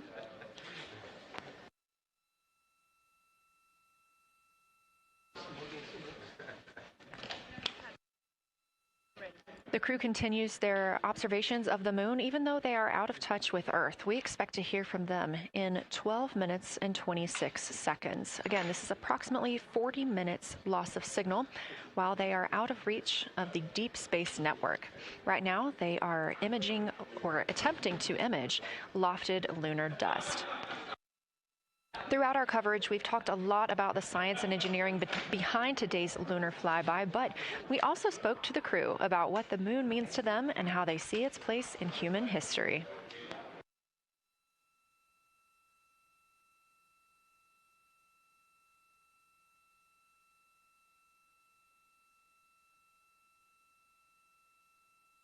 I remember being a little kid lying in bed at night and just looking out at the moon and whatever phase it was in, and I was thinking, man, my friends that live like 20 miles away, they can probably look out and see that same exact moon. And then when I was in the Navy and I would look out at the moon and I'd be halfway around the planet, and I would think, man, my brother can see that moon where he is, and he's halfway around the planet from where I am. And it's a connection of life on Earth. We can all look up and see that moon. It represents history. It is a witness plate. Everything that's ever happened to the moon is still written on the moon. There's no processes of wind or change in the Earth, geologic processes like we have here that change it. And something that's been telling and can read out the story of its own evolution, there's something beautiful about that. I've also learned from my indigenous mentors that they refer to the moon as Grandmother Moon. So you've probably heard of Mother Earth. They use Grandmother Moon because Grandmother Moon is responsible for the water in their community. The grandmothers, sort of protect the water source, just like the moon moves the water around the planet, affects the tides. It's something that represents something different for each individual culture around the planet. And that's really neat because we all share that same moon in the night sky. We all have seen the same side of the moon in different lighting conditions our whole lives. And so it seems very familiar to us, but it's also kind of unknown. When we get up close, some of the imagery that we'll get to describe and to share with people will be very unique. And that nature, both of those things being true about this one entity that we all know, just is really special. It's just the epitome of a symbol of both something that's in each of our hearts, but that's also represents exploration and reaching.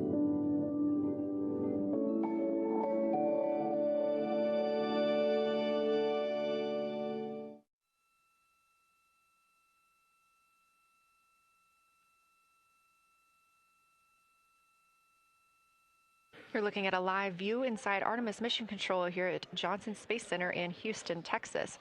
We are currently out of contact with the Artemis II crew. This was a planned, or not really a planned, but a tracked loss of signal that occurs when the crew flies behind the moon. We use the Deep Space Network to communicate with the crew, and when they are behind the moon, they are out of reach of that Deep Space Network. And when you consider our nonstop communications during the time in which we live, this is even more striking. For the Artemis II crew, they're only currently communicating with each other. Now, we expect to regain those communications in under 9 minutes from now, and we also are hopeful for a view of Earthrise. Despite being out of communication, the crew is continuously capturing imagery of their predetermined lunar targets.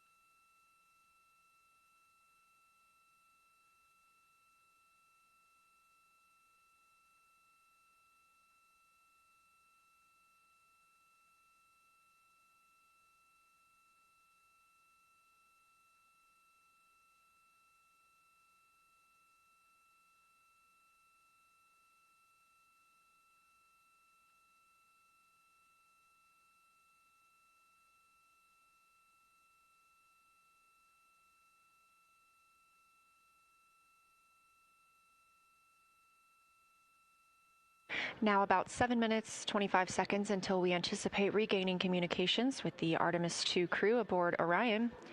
In the meantime, Artemis II lunar science deputy lead Marie Henderson is trained these astronauts to capture and document their views of the lunar surface for all of us to enjoy back here on Earth.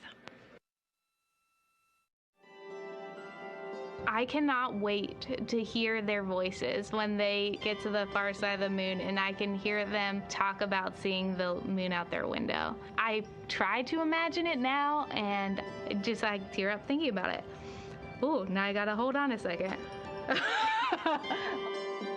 We have human eyeballs connected to wonderfully smart brains our astronaut friends have. They are going to be able to observe the moon in multiple different ways. They can use their eyes, they'll look through their camera and snap pictures, and just looking out the window getting that human experience. But during Apollo, the astronauts were so much closer to the lunar surface. Our astronauts are going to be doing a flyby at a higher altitude, so they're going to be able to see the whole moon as a lunar disk on the lunar far side. That's a brand new, unique perspective that humans haven't been able to look at before. We are doing a lot of lunar geography training with them. They have study sessions and quizzes they can do that are assigned to them. You know, even if you're an astronaut, you still get homework. We actually get in the mock-up. In that enclosed physical space, we have to think through the hardware that they have, the cameras, the computers, their microphones to make these observations. There's 4 windows up front. Through one of those windows, one of our astronauts will be using a Nikon D5 camera with an 80 to 400 millimeter lens. So something that allows them to zoom in really far and actually take more detailed observations of the surface. It's almost like looking through a pair of binoculars as well. It's just like being a geologist out in the field. They're telling us what they're seeing, looking for colors, textures, different morphologies, and comparing the region that we're having them look at to the regions that are around them. We have a science team that is planning the targets that are going to be observed, putting them all on the timeline of how they're going to be observed, and then taking the first look at the data when it comes down. The Apollo astronauts were only on the moon for 300 hours total, and they only went to the equator. That's like going to places that were safer landing sites, and they only saw so little, 300 hours total. And so we have so much more to explore and so much more to learn, and we are the beginning of the next generation that gets to start being a part of these discoveries.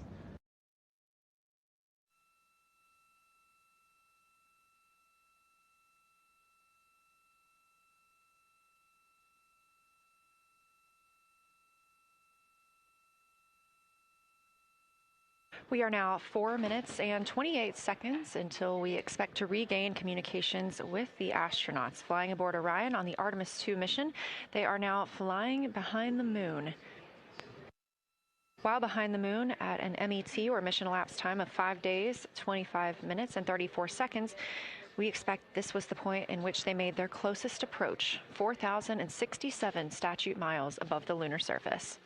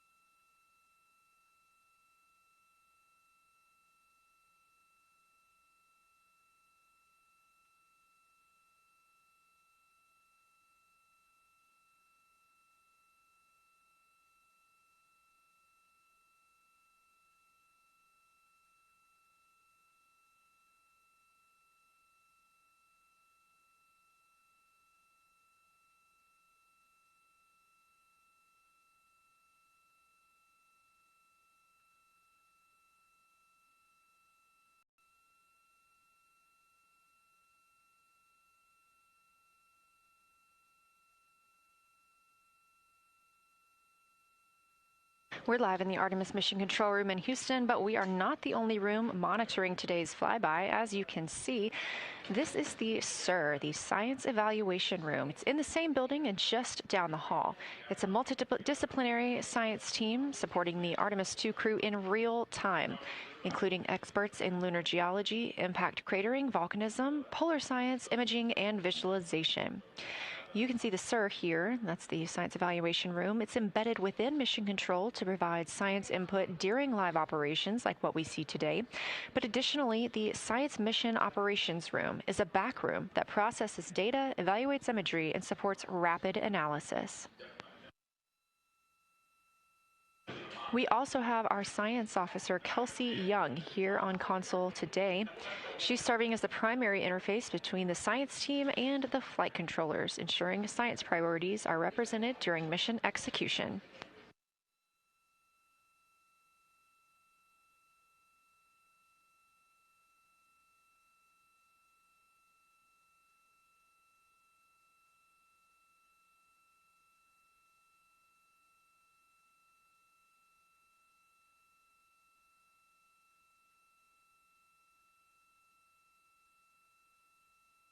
Coming up on 1 minute and 36 seconds until we contact Orion.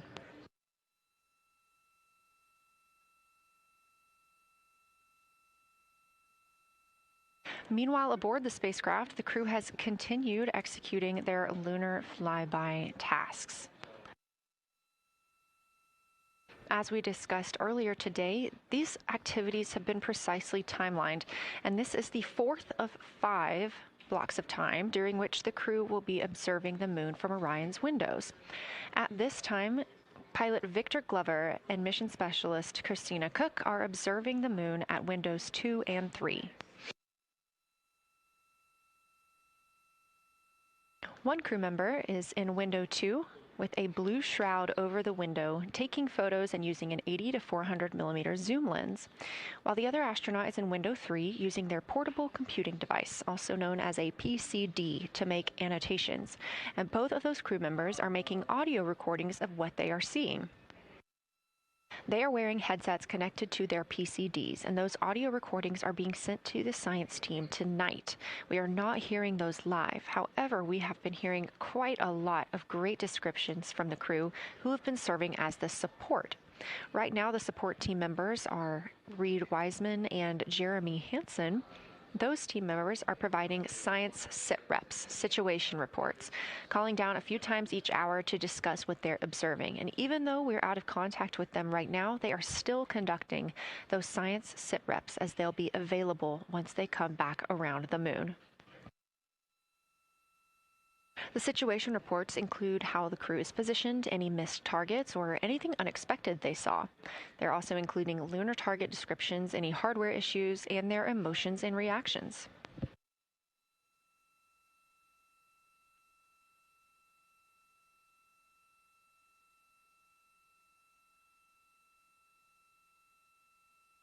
Again, we are standing by to acquire signal from the Orion spacecraft.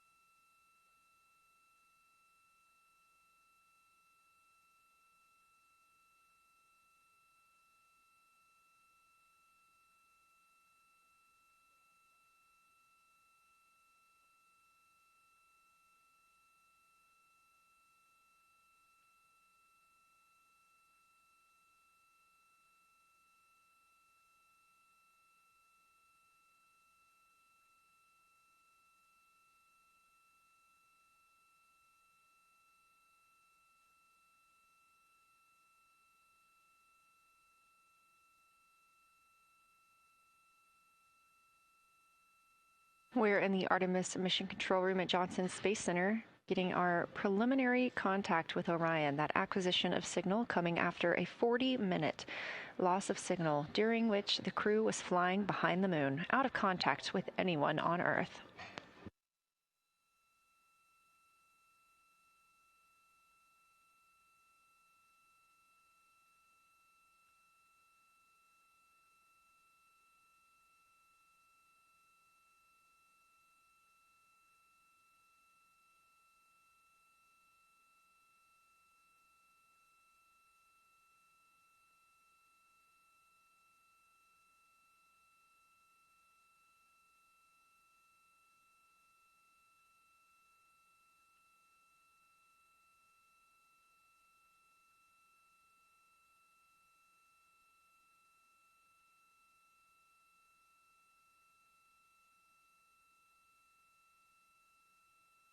We are getting our first views from Orion after the loss of signal.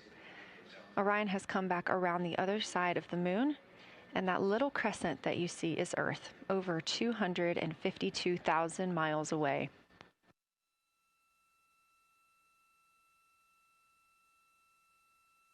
With this transit complete, lunar flyby continues, but Orion has also technically begun its journey home.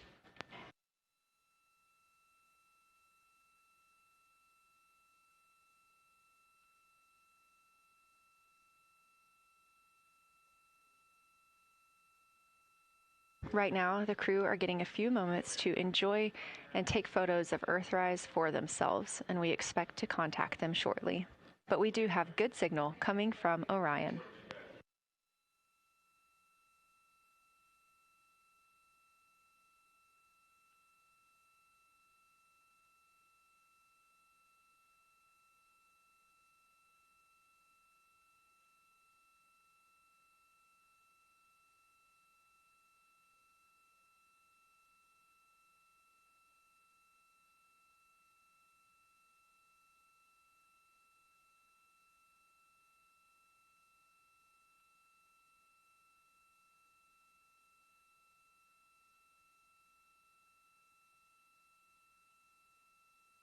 This view from inside the Orion spacecraft, all 4 astronauts now back on the other side of the moon and in contact with us on Earth.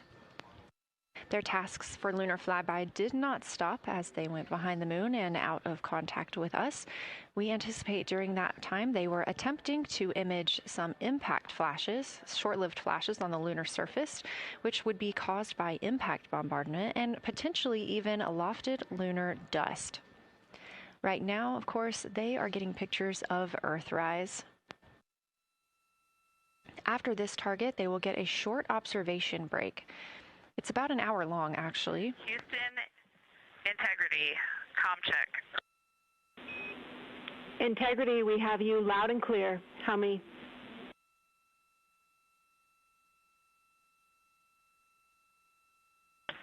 Houston, we have you the same, and it is so great to hear from Earth again. To Asia, Africa, and Oceania, we are looking back at you. We hear you can look up and see the moon right now. We see you too. When we burned this burn towards the moon, I said that we do not leave Earth, but we choose it. And that is true. We will explore, we will build ships, we will visit again. We will construct science outposts, we will drive rovers, we will do radio astronomy, we will found companies, we will bolster industry, we will inspire. But ultimately, we will always choose Earth. We will always choose each other. Integrity from Earth, our single system, fragile and interconnected. We copy. Those of us that can are looking back.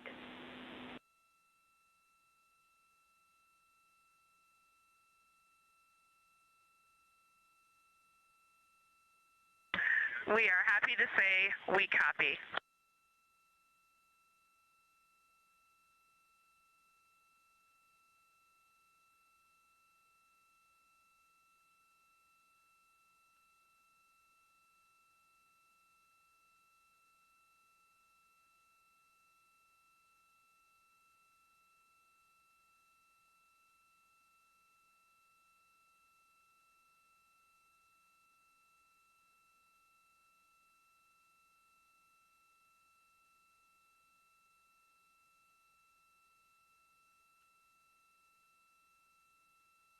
Those first communications back with the astronauts aboard Orion.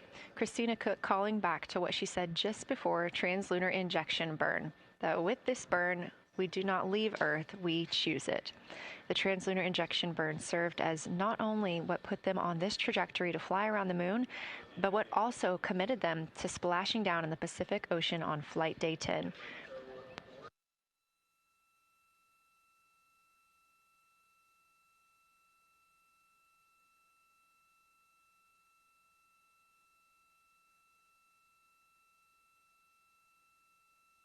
At this time, the crew is entering an observation break. We expect this to last about an hour, and it's probably a welcomed break following their very, very busy day taking pictures, making annotations, making audio recordings, and communicating all of the wonderful things that they are seeing on the moon. This observation break is also partially due to the fact that we will be entering an eclipse later. This will be the first solar eclipse that humans have seen from the moon. The astronauts will need to wear eclipse glasses for the first 2 minutes until the sun is completely covered by the moon, and then they have additional targets that the science team is hoping that they will photograph. We will have communications with them during that eclipse time frame. Because of that eclipse, Orion's attitude must be changed right now so that its solar arrays are in the sun. This will help it charge the batteries needed to power it through that eclipse time frame. This view on your screen is a visualization. The spacecraft now 4,224 miles away from the moon, and that number will now continue to grow, while the number of distance from Earth, 252,699 miles, will continue to shrink all the way until our crew is back home.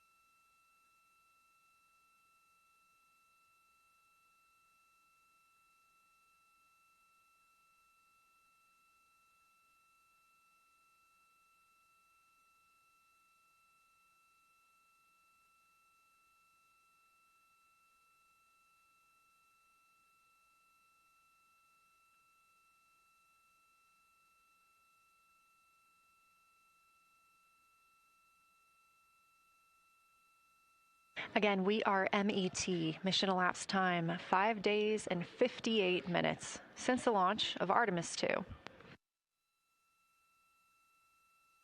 We have reestablished communications with the crew and the Orion spacecraft, now entering a little bit of a break while they are out of visibility, or the moon is out of their visibility. The spacecraft will be reoriented to view the moon ahead of an upcoming eclipse. This current attitude maneuver helps charge the solar arrays and batteries aboard Orion that will power them through the eclipse.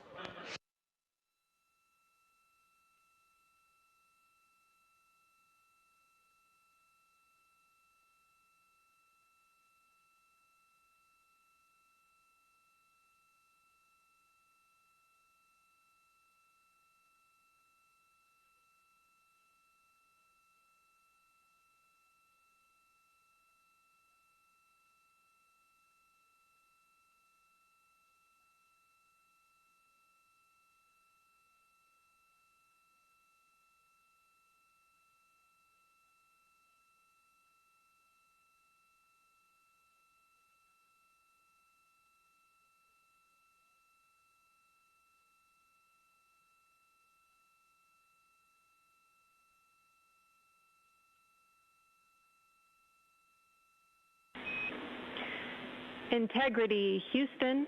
In mission control, all of your flight controllers and your flight director have flipped There are Artemis II patches around.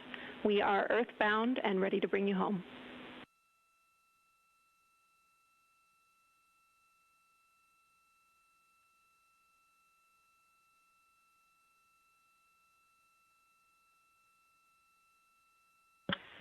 That's great. Great to see the light of day as we head back to sea.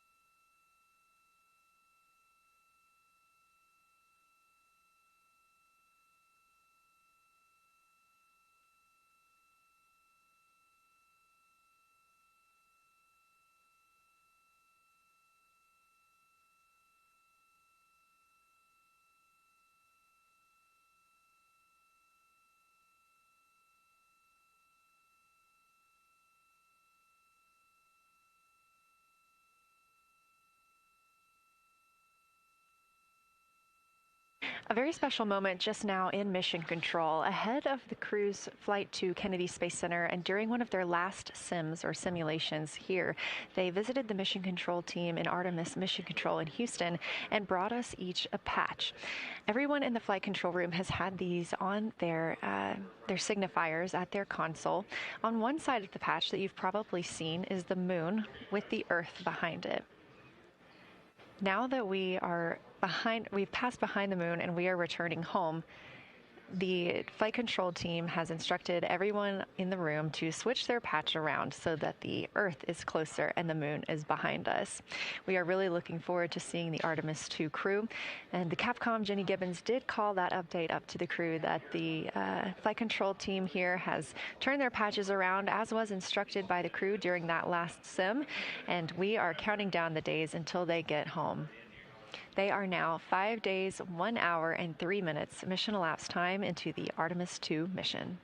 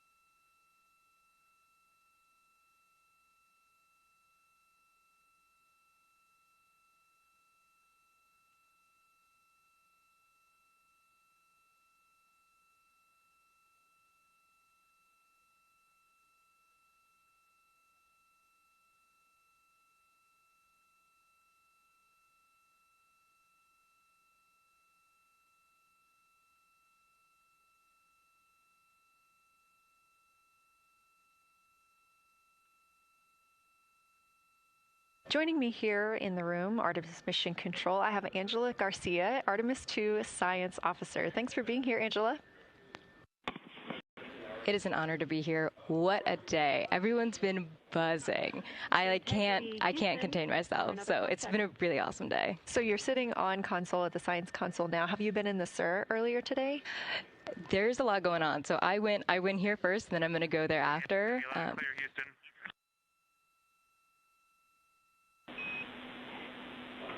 All right, Integrity, we hear you. That was a little clipped, but I think we have a better link now. We experienced some blockage from a solar array. We moved it, and we are in bias tail to sun.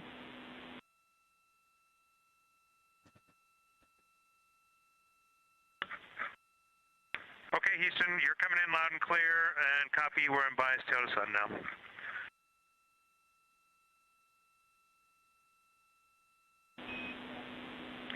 Affirm and Integrity, just so you know, we did not hear your response once we flipped our patches.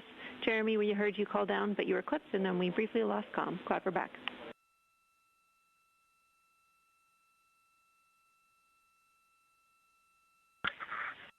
Okay, copy that.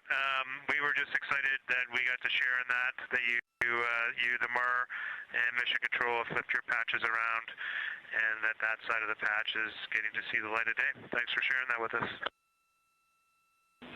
Our pleasure.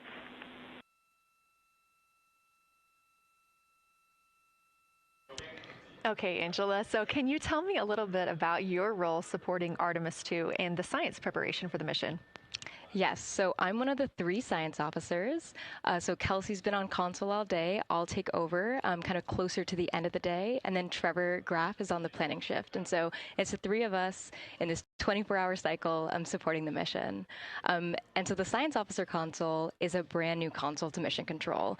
And it's not every day that you get a new discipline incorporated into Mission Control, so it's been such a significant milestone for us, and it's just a testament to the commitment that the Flight Operations Directorate and NASA have, that they're going to be integrating science and maximizing science throughout Artemis. So it's really exciting.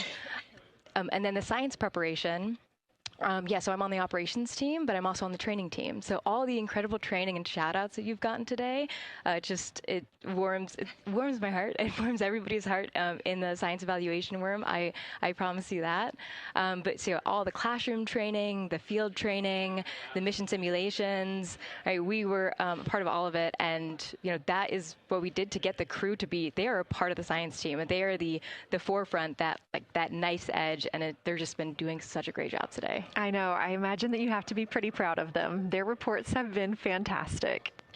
So I would like to know a little bit about how you have developed procedures for this crew. What kind of science activities are they carrying out inside the spacecraft?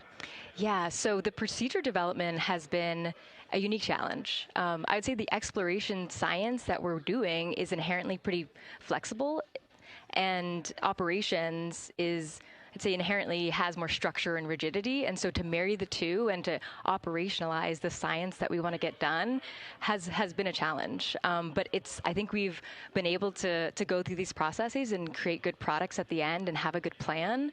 And yeah, it's been really great. What was the second part of your question? Just what kind of these science activities that they're performing, which of those have you really had a hand in? Yeah, so a lot of the procedures help organize what the crew is doing in the cabin. And I know we've talked a lot about what they've been doing, and they've been doing a lot, and it's been a little dark, so I can re-explain what some of those things that they're doing. So the observation blocks are about an hour long, and the crew is organized, the 4 crew members are organized into 2 pairs of 2, the window team and the cabin team. And the lunar targeting package that you've been showing up and that the crew have on their handheld tablets is really the instructions for the window team.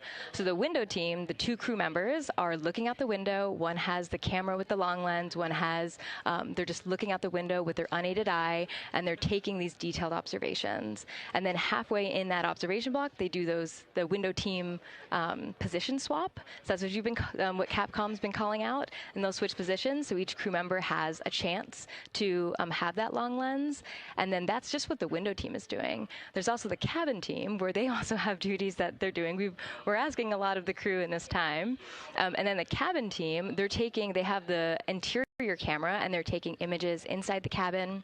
They're also supporting the window team where, you've heard some call outs where looking out at the bright moon and then looking inside the dark cabin and looking at their LED screen is a lot. So the cabin team is also helping support, target, and guide the window team into specific targets on their plan. They're also helping call out these science situational reps. So they're looking out a different window and listening in to what the crew who are really down and in the science on the window team are doing, and they're giving us insight. And those recordings that the window team is doing are going to be uplinked or downlinked overnight, and we're going to be able to chew on that data. But yeah, they're helping. They're doing a lot. And so making sure we have a plan that's flexible, but also make sure that we check off all those boxes was really important. So tell me a little bit more. You talked earlier about the analogs that the crew has done. What kind of analogs or environments were really useful for this? Yeah, so for procedure development, right, you have so many different environments that you can do. You have classroom, like we said, you have the Orion mock-up, you have simulations, and at least for developing the plan, we kind of did it in a tiered approach because each of those different analog environments helps us answer a slightly different question and has a little bit of a higher fidelity.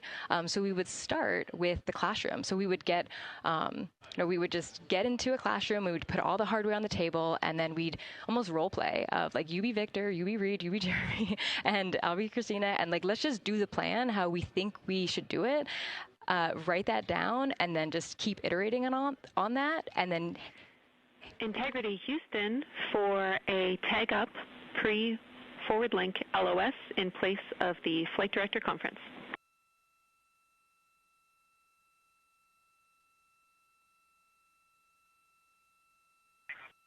Okay, Jenny, we're ready.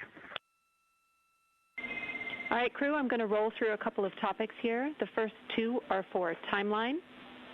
First of all, read for your toilet maintenance. It is a shortened toilet maintenance where you do not have to do the oxone changeout. That portion of the procedure is canceled.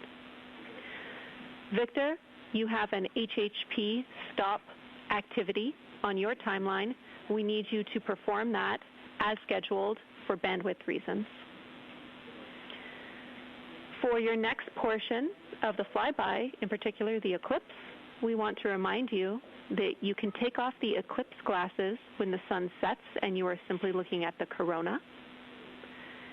And then finally, for the D5 with the long or zoom lens, which is set for solar corona, we want to remind you that when you are capturing Earth shine, you will likely have to adjust the exposure. That's all I have for you. Let me know if you have anything for us.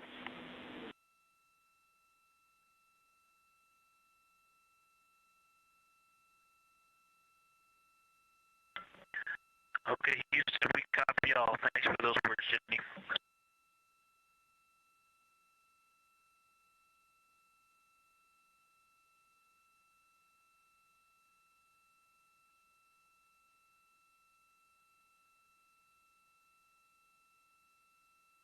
All right, just a quick call up to the crew ahead of a forward link LOS, meaning that we won't be communicating with them, but we will be receiving their communications and data during that time frame.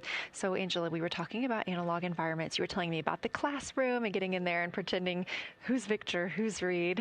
Tell me more about this. Yeah, it works pretty well. So you're going to do the plan how you expect it to be, and then once we finalize that plan, we'll give it to a completely new group of people and have them practice it, and then they'll be like, these steps don't make sense, and we'll reiterate on it over and over. Then we'll take it to a higher fidelity environment like the Orion mock-up, and we'll do the same thing because that volume is smaller, the window placement, their seating, what things have we forgotten with this, addition of this environment. And then once we, reiterate on that, we'll take it then, we'll give it to the crew and have them execute off of it during mission simulations. That's the highest fidelity that we can do before we send it to space. So this is the first time we've had to do this because we're a brand new console. And it just sparks so many neurons of like, how are we going to do this for surface missions and integrate this in so many different ways. So excited to have kicked off this process, but there's so much more to come. Fascinating. And I think it was really well thought out too, because each crew member gets an opportunity to do each task. And so you're getting different perspectives and different insights from each crew member, maybe even about the same target, but something that one person sees could be completely different than something another person notices. So we also know that Artemis II has traveled. They're now on their way home, but they traveled farther from the moon than the Apollo missions did. So what makes that vantage point scientifically interesting? Yeah, observations are so fundamental in the scientific